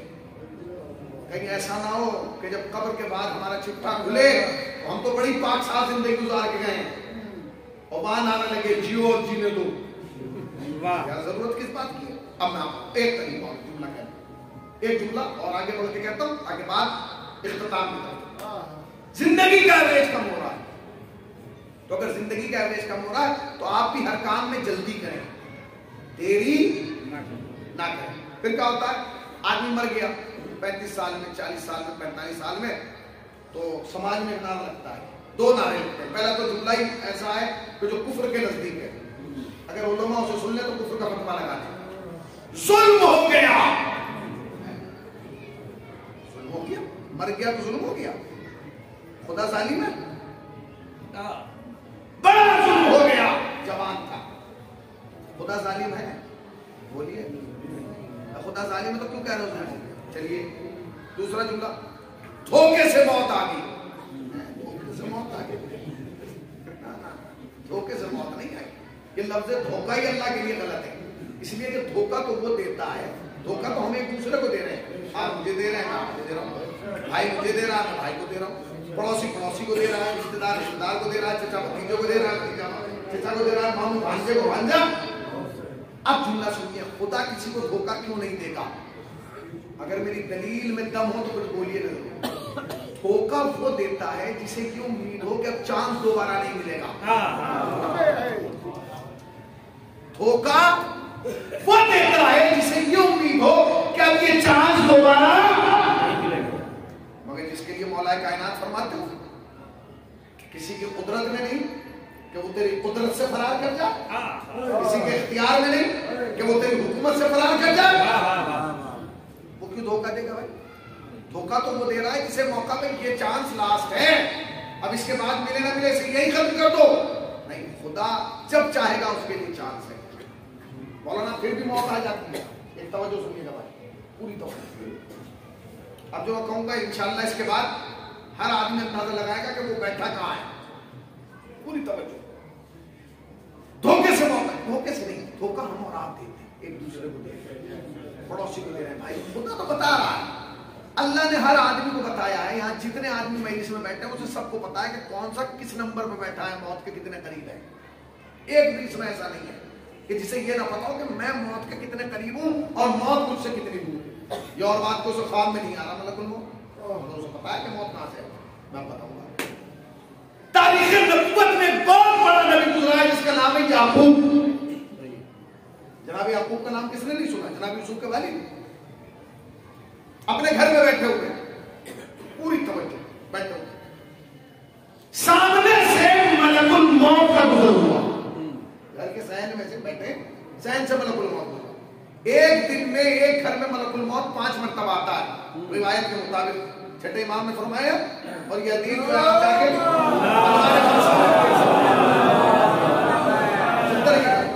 सामने से मलकुल मौत का गुजर हुआ। पर जैसे मलकुल मौत को देखा, याकूब को पसीने आ गए। मलकुल मौत समझ गया कि घबरा गए, पलट के आया। उसने कहा मैं तो पड़ोसी के घर में आया, इनके सांस में सांस आया कि चलो कोई बात नहीं, पड़ोसी घर में आया ना, कोई बात नहीं। अब जब मलकुल मौत जाने लगा, ना जाने उसे क्या ख्याल आया, चंद कदम चला वापस आया, आगे कहने लगा हुजूर मेरे लायक कोई खिदमत हो तो बताएं। मेरे लायक कोई खिदमत? मलकुल मौत कह रहा है जनाब याकूब से। जनाब याकूब ने कहा नहीं नहीं कोई खिदमत नहीं, क्योंकि हम जानते थे कि जिसकी खिदमत ये कर देता है फिर वो खिदमत के लायक नहीं रहता। फिर लोग उसकी खिदमत करते हैं, कोई नहलाता है, कोई धुलाता है, कोई बदलाता है, कोई उठाता है, कोई कफनाता है, कोई मंजिल दिलाता है, कोई दफनाता है। नहीं जाओ ठीक है मैं जा रहा हूँ, शुक्रिया। चंद कदम चला, मलकुल मौत जनाब याकूब को न जाने का ख्याल है, वापस आओ। वापस आके उसने जी हुजूर फरमाइए, मुझे जानते हो मैं कौन हूँ? आप अल्लाह के नुमाइंदे हैं, मंसूस में अल्लाह है, नबी हैं, अल्लाह ने आपको नबी बना के भेजा, रहबर कायद रहनुमा पेशवा आदि आप हैं, अल्लाह ने आपकी नस्ल में नबूवत रखी है। क्या कह रहे हो तुम मेरी खिदमत करना चाहते हो? मेरा एक काम करो। क्या? अगर खिदमत करना चाहते हो तो मैं तुमसे कर ले रहा हूँ। कहा बताइए हुजूर मेरे लायक क्या खिदमत करूँ? का खिदमत यह है कि जब मेरे मरने का वक्त करीब आए 10 दिन पहले आके बता देना कि मैं मरने वाला हूं। बस 10 दिन पहले आके बता देना कि मैं मरने वाला हूं, ताकि मैं अपनी तैयारी कर लूं। जिससे उधार देना है दे लूं, जिससे लेना है ले लूं। भाई होता है अगर 10 दिन का टाइम हमें भी मिल जाए कितना अच्छा है। उसने कहा कि हुजूर ड्यूटी बड़ी सख्त है, एक दिन में कई गांव, कई बस्तियां, कई महल्ले, कई शहर जाना पड़ता है, तो मैं तो नहीं आ पाऊंगा, मैं अपना नुमाइंदा भेज दूंगा। ठीक है कोई बात, नुमाइंदा भेज देना। चला गया मलकुल मौत। अब जनाब याकूब की जिंदगी देखी, सूरह यूसुफ पढ़े। जनाब यूसुफ का भाइयों के साथ जाना, कुएं में फेंकना, कुएं से निकलना, बाजार मिस्र में आके बिकना, अजीज मिस्र का खरीदना, महल में जाना, जुलेखा का दीवाना होना, उसके बाद कुर्ते का फटना, जिंदान में आना, ख्वाब का नजर आना, ख्वाब की ताबीर होना, बादशाह मिस्र बन जाना। भाइयों कितनी लंबी जिंदगी पाई है जनाब याकूब ने, कितनी लंबी जिंदगी। अब वो वादा याद है आपको? बैठे हैं जनाब याकूब, ये सारी जिंदगी गुजर गई, जनाब याकूब बैठे, सामने से फिर मलकुल मौत आए। अब याकूब को पसीने नहीं आए, अब घबराए नहीं, क्योंकि वादा हो चुका था, डील हो चुकी। अरे अच्छा तुम आ गए हो? उसने कहा हुजूर मैं आ गया। क्या इसका मतलब मेरा वक्त करीब है? उसने कहा करीब नहीं है, खत्म हो गया है। क्या मतलब? मैं लेने आया हूं, लेके जाऊंगा।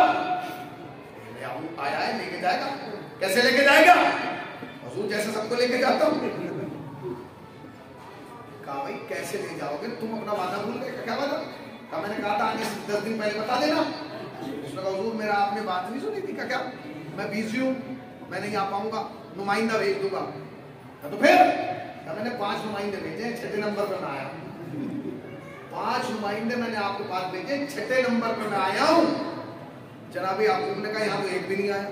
तू कह रहा था कहा आया। अब बहस शुरू हो गई नबूवत में और मलकुल मौत में।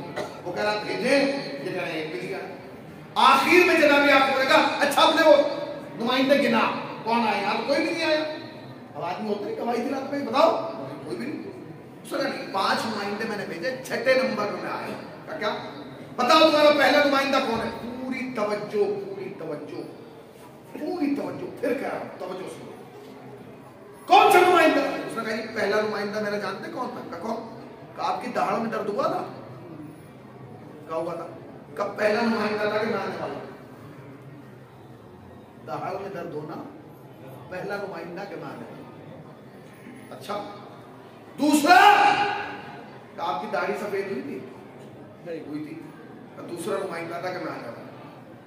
तीसरा, तो आपकी आंखों की बिनाई कमजोर हुई थी?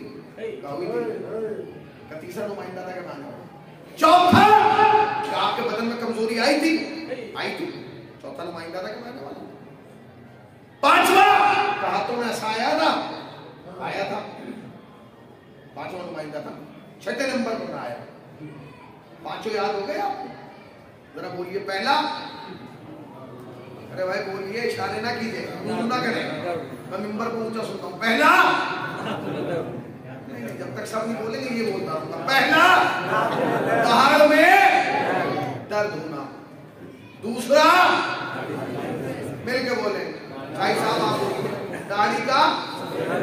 तीसरा, आंखों का कमजोर होना। चौथा, जिस्म में। पांचवा है नशा। जपला वालों, मेरा बस तुमसे एक सवाल है, इसका जवाब दे दो ताकि मैं मेरी खत्म करूं। वो 5 नुमाइंदे जो मलकुल मौत ने याकूब के पास भेजे थे, तुम में से कौन सा है जिसके पास नहीं आते?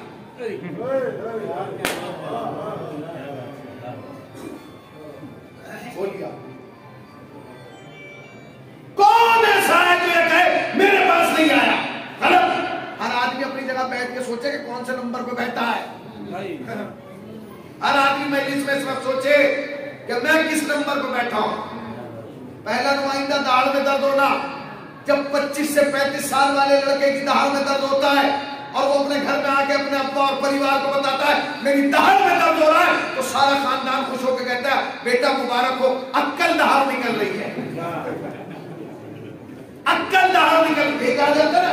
काश उसी वक्त उसे बता दिया जाता कि बेटे होश में आ, बक्कल उतरने का टाइम करीब आ रहा है, मौत के एक कदम करीब। नहीं बताया। कौन बता रहा है? हमारे यहाँ खुशी मनाते हुए अक्कल दाढ़ निकल रही, जो वो नहीं निकली थी। अक्कल दाढ़ का मतलब समझिए, अक्ल आना है, नहीं तुम अब होशियार हो जाओ, अब आमादा हो जाओ। क्या? क्योंकि तुम्हारे पास पहला नुमाइंदा आ चुका है। दाढ़ी सफेद होने लगी। पहले 35, 40, 45 साल वालों की दाढ़ी सफेद होती थी, अब 22, 18, 20 साल वाले की दाढ़ी के बाद सफेद होने लगते। नेचुरल है, नेचुरल कुछ नहीं है। जब 80 में मर रहा था तो 45 में सफेद हो रहे थे। जब 20 में मर 50 में मर रहा है 60 में, तो 20 में सफेद हो रहा है और दाढ़ी सफेद होने लगी। नाई के पास चला गया, उसने क्या हो गया, दाढ़ी सफेद हो गई। उसने कहा परेशान क्यों हो रहा है? बैठो, पहले से ज्यादा काली कर दो। लाओ महंगे महंगे रंग मारो, 5 रुपए से लेके 1500 रुपए तक का कलर है, आप लगाइए। और उसने वाकई पहले से ज्यादा काली कर दी। और इतनी काली की कि पहले तो खाली दाढ़ी काली थी, जब उससे काली कराई, जब पसीना आया तो कुर्ता भी काला हो गया। होता है कि नहीं? अब तो मैं लफ्ज कह रहा हूं सुनिए, दाढ़ी काली कराई, महंगे से महंगा, 1000, 1500, 2000, 2500, 3000, 4, 5000 तक के कलर है, आप लगाइए। कितने दिन चलते हैं? बोलिए, वो जो 5000 वाला कलर है वो कितने दिन चलता है? बोलिए, एक हफ्ते से ज्यादा नहीं चलता। फिर क्या होता है? फिर अंदर से सफेद निकलता है। तुमने गौर ही नहीं किया, ये अंदर से सफेद बाल निकल के बताता हो दुनिया वाले होश में आ, खुदा के रंग पे कोई रंग चढ़ने वाला नहीं है।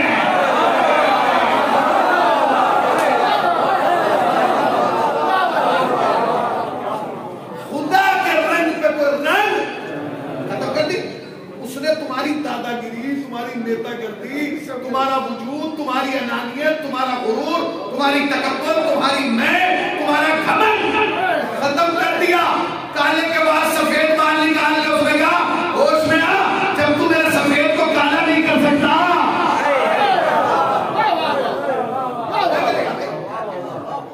तेरी हैसियत क्या है? तेरी औकात क्या है? तेरी मिसाल क्या है? तू मेरे एक सफेद बाल को काला नहीं कर सकता। तेरी सारी तरक्की सफेद बाल को काला करने में लग गई, खत्म।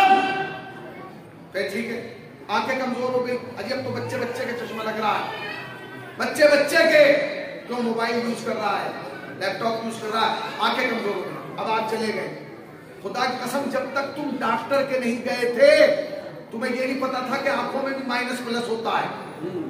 जब डॉक्टर के गए उसने जांच करके बताया कि ये प्लस में जा रही है माइनस में है।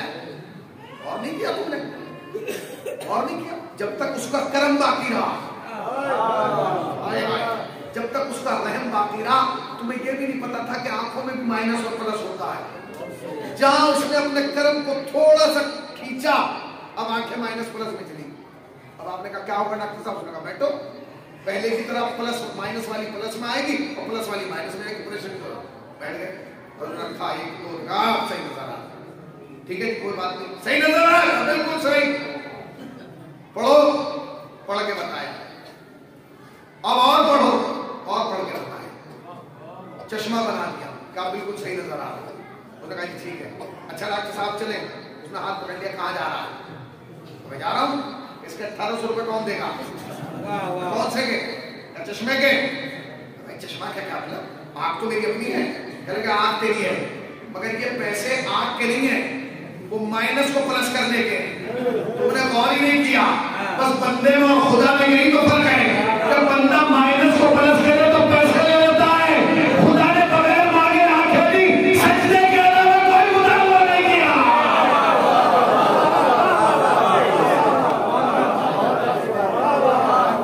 सजदे के अलावा हर आदमी देखे जो चश्मा लगाए बैठा है किस मंजिल पे हूँ, दाढ़ी सफेद वाला है कहाँ बैठा हूँ, बदन में कमजोरी आ गई, पहुंच गया डॉक्टर के यहाँ। भाई डॉक्टर साहब कमजोरी आ रही लेटिए, अभी 3 बोतलें 8 इंजेक्शन लगाता हूँ, पहले से ज्यादा जवान। वो इंजेक्शन की ताकत कितने दिन चली? जैसे गुब्बारे से हवा निकलती है वैसे जिस्म से ताकत निकल गई।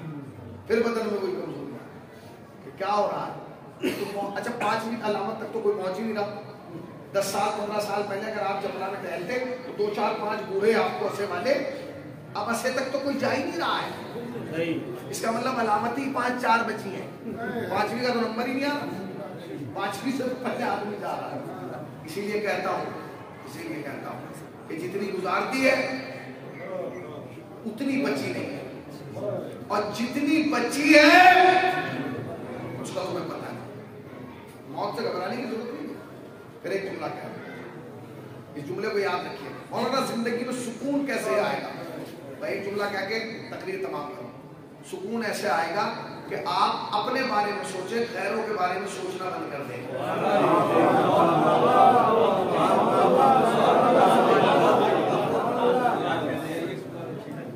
आप अगर अपनी जिंदगी, इस जिंदगी का जो खुदा, ये बड़ी खूबसूरत जिंदगी है, इस जिंदगी का अपना एक लुत्फ है, एक मजा है, उसकी अता है। इस जिंदगी का आप मजा लेना चाहते ना, तो इस जिंदगी का बेहतरीन मजा ये कि इस जिंदगी में अपने बारे में सोचें, गैरों के बारे में ना सोचें। जिस दिन तुमने अपने बारे में सोचना शुरू कर दिया, जिंदगी का मजा आ जाएगा। हमारी प्रॉब्लम यह है कि हम अपने फाके से परेशान नहीं है, दूसरे के लिफाफे से परेशान है।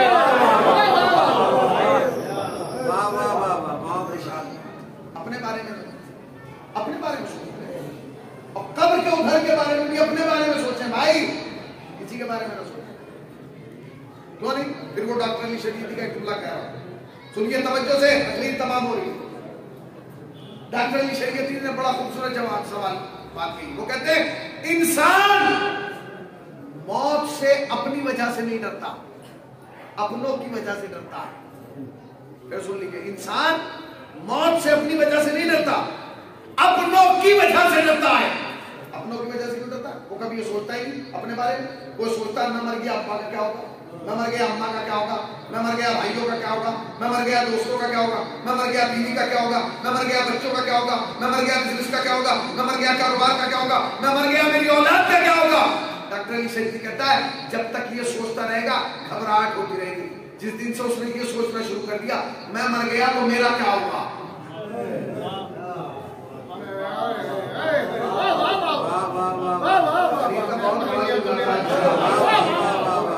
तुम जिंदगी भर लोगों के बारे में सोचो। तुम ये सोचो कि तुम मर गए तो तुम्हारा क्या होगा, तुम मर गए तो पता कि गैरों के बारे में ना सोचो, अपने बारे में सोचो। हो सकता है तुम्हारे मरने के बाद बीवी दूसरी शादी करती, तुमसे अच्छा शौहर मिल जाए। अच्छा ये फितरत भी है कि आदमी पहली से ज्यादा दूसरी से मोहब्बत करता है। हम जैसा आदमी पहली से दूसरी को, ये तो नबी थे कि नबी को जो मोहब्बत पहली से भी किसी से नहीं थी, तंज भी हो सकता है कि तुम्हारे मरने के बाद औलाद मीरास के बंटवारे पे इतना लड़े तो ये भी याद ना रहे कि अब्बा का 40वां कब है, वो इसी पे लड़ते रहे कि तू 40वां करके मैं करूंगा, तुझे ज्यादा मिला है तू कर, कम मिला है मैं क्यों करूंगा, ये तो होता है। हो सकता है दोस्तों को तुमसे अच्छा दोस्त मिल जाए, हो सकता है तुम्हारे मरने के बाद कारोबार तुमसे अच्छा चल जाए और तुम्हारी औलाद ये कहे अब्बा नहीं चला पाए हम चलाती हैं। तुम्हें ये नहीं सोचना है कि तुम्हारे बाद उनका क्या होगा, तुम्हें पूरी जिंदगी ये सोच के जीना है कि तुम मर गए तुम्हारा क्या होगा।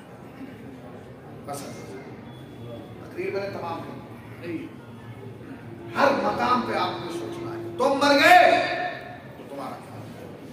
तुम्हें अपने बारे में सोचना है, तुम्हें गैरों के बारे में सोचना, तुम्हें लोगों के समाज के बारे में, अपने बारे में सोचना, तुम मर गए तुम्हारा। अल्लाह दीनदार कैसे बने, मजहबी कैसे बने, साहिब इस्लाम कैसे बने कि अच्छे बन जाए।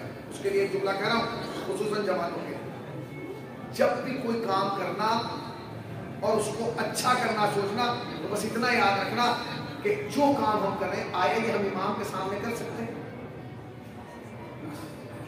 बेहतरीन बात, जब भी तुम्हें कोई काम करना है जिंदगी में तो याद रखना जो मैं कर रहा हूं आया ये इमाम के सामने कर सकता हूं। घर में वो खाना बनवाओ कि ये याद रखो कि अगर इमाम आ जाए तो इमाम के सामने पेश कर सकता हूं। वो लिबास सिलवाओ अपने पहनने के लिए, खुसूसन खवातीन भी और जवान भी, अगर इमाम आ जाए तो क्या मैं ये लिबास पहन के जा सकता हूँ। घर ऐसा बनाओ कि अगर इमाम आ जाए तो हमें शर्मिंदगी ना हो घर में बुलाने। गाड़ी में वो चलाओ कि अगर इमाम आ जाए तो बंद करना ना पड़े। अब क्या बंद करेगा आदमी, अब तो माशाल्लाह मौलाना मनकबतें ही ऐसी आ रही है कि कुछ और सुनने की जरूरत ही नहीं। अब जो मनकबत आ रही है 13 रजब पे वो ऐसी आ रही है कि आपको कुछ और सुनने की जरूरत ही नहीं है। अल्लाह हमारे दुआ खानों को हिदायत दे और उन्हें समझाए। अच्छे लोग भी इस लाइन पे लग गए हैं, म्यूजिक ला रहे हैं, वो यानी मनकबत में जो है वो आलात और वो चीजें इस्तेमाल कर रहे हैं जिनका शीयत और शरीयत से कोई ताल्लुक नहीं। मैंने एक जुमला कह दिया था इब्न खान के बारे में अभी चंद दिन पहले, बगल वाले मुल्क से एक साहब है जनाब जर्द नकवी साहब, उन्होंने मुझ पर बेचारे ने बैठ के बहुत सारे तर्ज किए और बहुत सारे अलकाब से मुझे नवाजा और नवाज के वो वीडियो डाल दी। मैं तो उनसे बस इतना पूछूंगा, इस दिन बोलूंगा कि जिस नोहा खान की आप हिमायत में बोल रहे हैं, पहले आप ये बताइए कि जो अकीदा आपका है और आप जिन्हें बाबे कह रहे हैं, आया वो नोहा खान भी उन्हें बाबे समझता है या आयतुल्लाह समझता है? तुम जो बैठ के कह रहे हो कि तुम्हारे बाबे, तो जिस नोहा खान की तुम हिमायत कर रहे हो वो उसे बाबे समझता है या आयतुल्लाह समझता है? वो उनको गालियां देता है या उनका एहतराम करता है? सोशल मीडिया का जमाना, याद रखिए जवान बाप कमाओ, अपने वालिदैन का एहतराम करना, अपने बुजुर्गों का एहतराम करना, अपने समाज और अपने मुआशरे की हिफाजत करना। जिंदगी बहुत कम है, जिंदगी ये कम, जिंदगी जितनी भी लंबी हो कम है, वो जिंदगी जितनी भी कम हो लंबी है। एक माँ तड़प रही है उसकी बेटी चाहिए, भाई तड़प रहे हैं कि बहन चाहिए, चचा तड़प रहे हैं कि भतीजी चाहिए।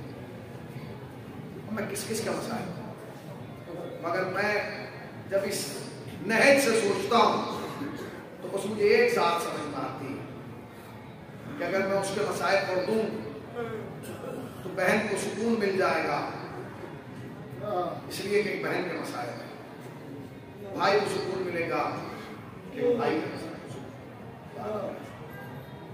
चचा को भी सुकून मिल जाएगा एक भतीजी, माँ बाप को सुकून मिल जाएगा एक बेटी। अहले बैत के खानदान में बस एक ही ऐसी है कि जिसके मसाइल पढ़े जाएं तो आज की रात सबको सुकून मिलेगा। जानते हैं उस रात का नाम है सकीना। अगर मैं सकीना के मसाइल पढ़ूं तो रबाब को भी सुकून मिलेगा, हुसैन को भी सुकून मिलेगा, इसलिए कि माँ बाप है। अगर मैं सकीना के मसाइल पढ़ूं तो कुबरा को सुकून मिलेगा और सुबरा को, क्योंकि बहन है। अगर मैं सकीना के मसाइल पढ़ूं तो ये अकबर को सुकून मिलेगा, और अगर मैं सकीना के मसाइल पढ़ूं तो अब्बास को सुकून मिलेगा क्योंकि भतीजी है।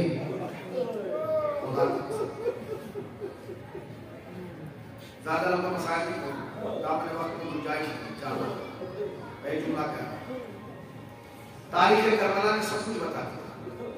ये बता दिया कि ज़ैनब कितने मोड़ों से गुजरी, कितने बाजारों से गुजरी, कितने दरबारों से गुजरी, मगर तारीख करबला आज तक दो चीजें नहीं बता पाई।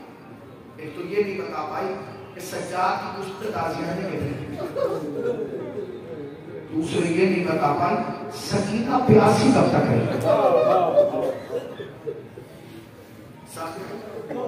बड़ा सख्त है, कौन बताएगा कि सकीना कब तक है? वो रिवायत, बस एक रिवायत है, उस रिवायत को सुन लीजिए और मैं इसे रहना कहा सकीना मरने दम तक प्यासी। एक दिन शाम के जिंदान में आधी रात ढलने के बाद सकीना अपनी जगह से उठी और कैद खाने के उस कोने में आई जहां से ये सज्जाद मिट्टी के ढेले में सर रखा, आंखें बंद थी। सकीना ने अपनी उंगलियां सैयद सज्जाद को जुल्फों में डाला। सैयद सज्जाद ने आंखें खोल के देखा, बेटी बहन तुम? हाँ भाई। बहन तुम क्यों आ गई, हमें बता दिया।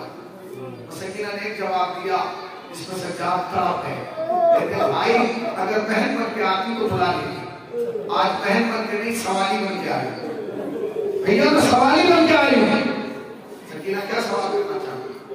फिर सैयद सज्जाद को ख्याल आया, आसमान की तरफ देख के कहने लगे सकीना अभी तो आधी रात का तुम सोई नहीं थी, मेरी बच्ची का मुझे नींद नहीं आई। सकीना ने एक जुमला कहा, सज्जाद तड़प कर गए, कहते भैया एक बात बताओ। कहा बताओ, कहा बताओ भैया, कहा बताओ। भैया तो सुनो, मैं शाम गरीबा के बाद कभी सोई नहीं, होने में कोताही नहीं। सकीना क्यों नहीं सोई? तो भैया मैं जब भी सोना चाहती थी आंख बंद करती थी, ऐसा लगता था जैसे शिव तमाचे मारने आ रहा हूं।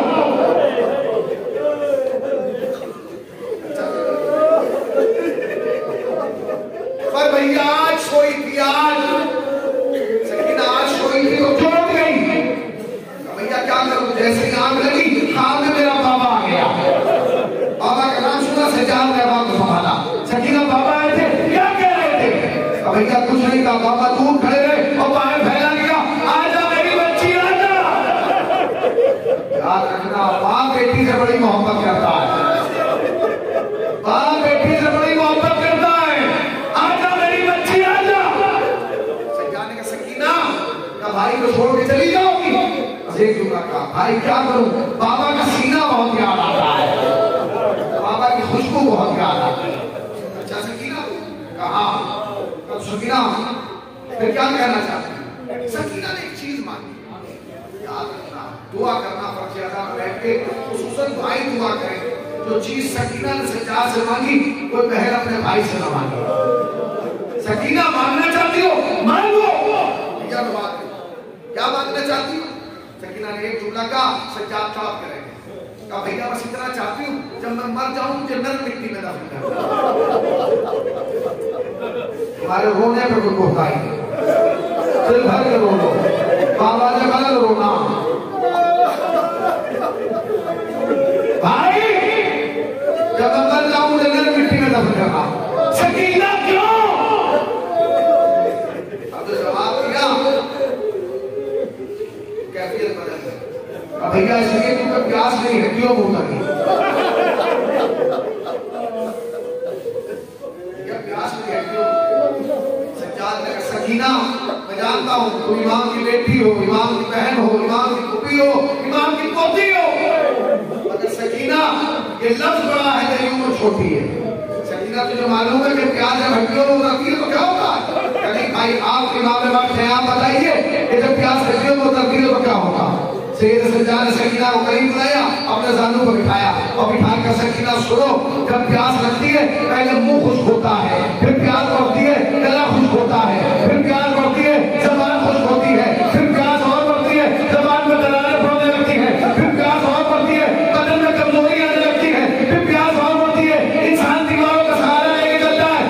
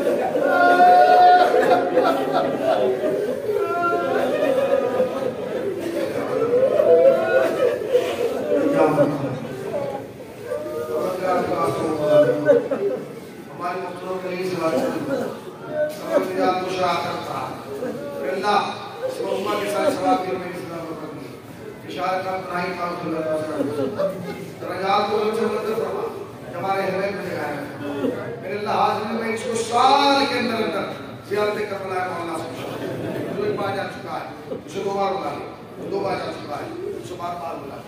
हाथ भरना हो जब तक रोज़ा हुसैन का निगाह है। मेरे अल्लाह जितने बैठे हैं इन्हें मांगने का तरीका नहीं आता, तुझे अता का सलीका इनकी नेक की आजाद अल्लाह, इनकी मुश्किलात को आसान करना, इनके रिस्क में वुसअत इनायत करना, इन्हें बलाओं और परेशानियों से महफूज करना। मेरे अल्लाह इस जिक्र को नस्लों में मुंतकिल उलमाए हक का साया शुरू में बरकरार करना, इस बस्ती की हिफाजत करना, लोगों की हिफाजत करना, जवानों की हिफाजत करना। मेरे अल्लाह दुनिया में जहाँ भी जिक्र हुसैन हो रहा है, ज़ाकिरीन की ज़ाकिरी और सामीन की हाजिरी दोनों को अपनी बारगाह में मेरे अल्लाह उस मरहुमा के सारे सवाल के लिए मेरी सजा पर बनी हुई है, उस मरहुमा को जवार हज़रत ज़हरा में लगाया जाए। मेरे अल्लाह उसे तन्हाई के कब्र, खिलमत कब्र, फिशार कब्र, अज़ाब कब्र से महफूज फरमा। मेरे अल्लाह की वास्ता मोहम्मद उम्मत का फर्ज अदा के हकीकी वारिस हज़रत हुज्जत रूह को ताकीद फरमा। मेरे सरकार के अलावा मुसार शुमार फरमा, ज़ात पर सूरह अल-हम्द, 3 मरतबा सूरह इखलास की तिलावत फरमा कर मरहुमा की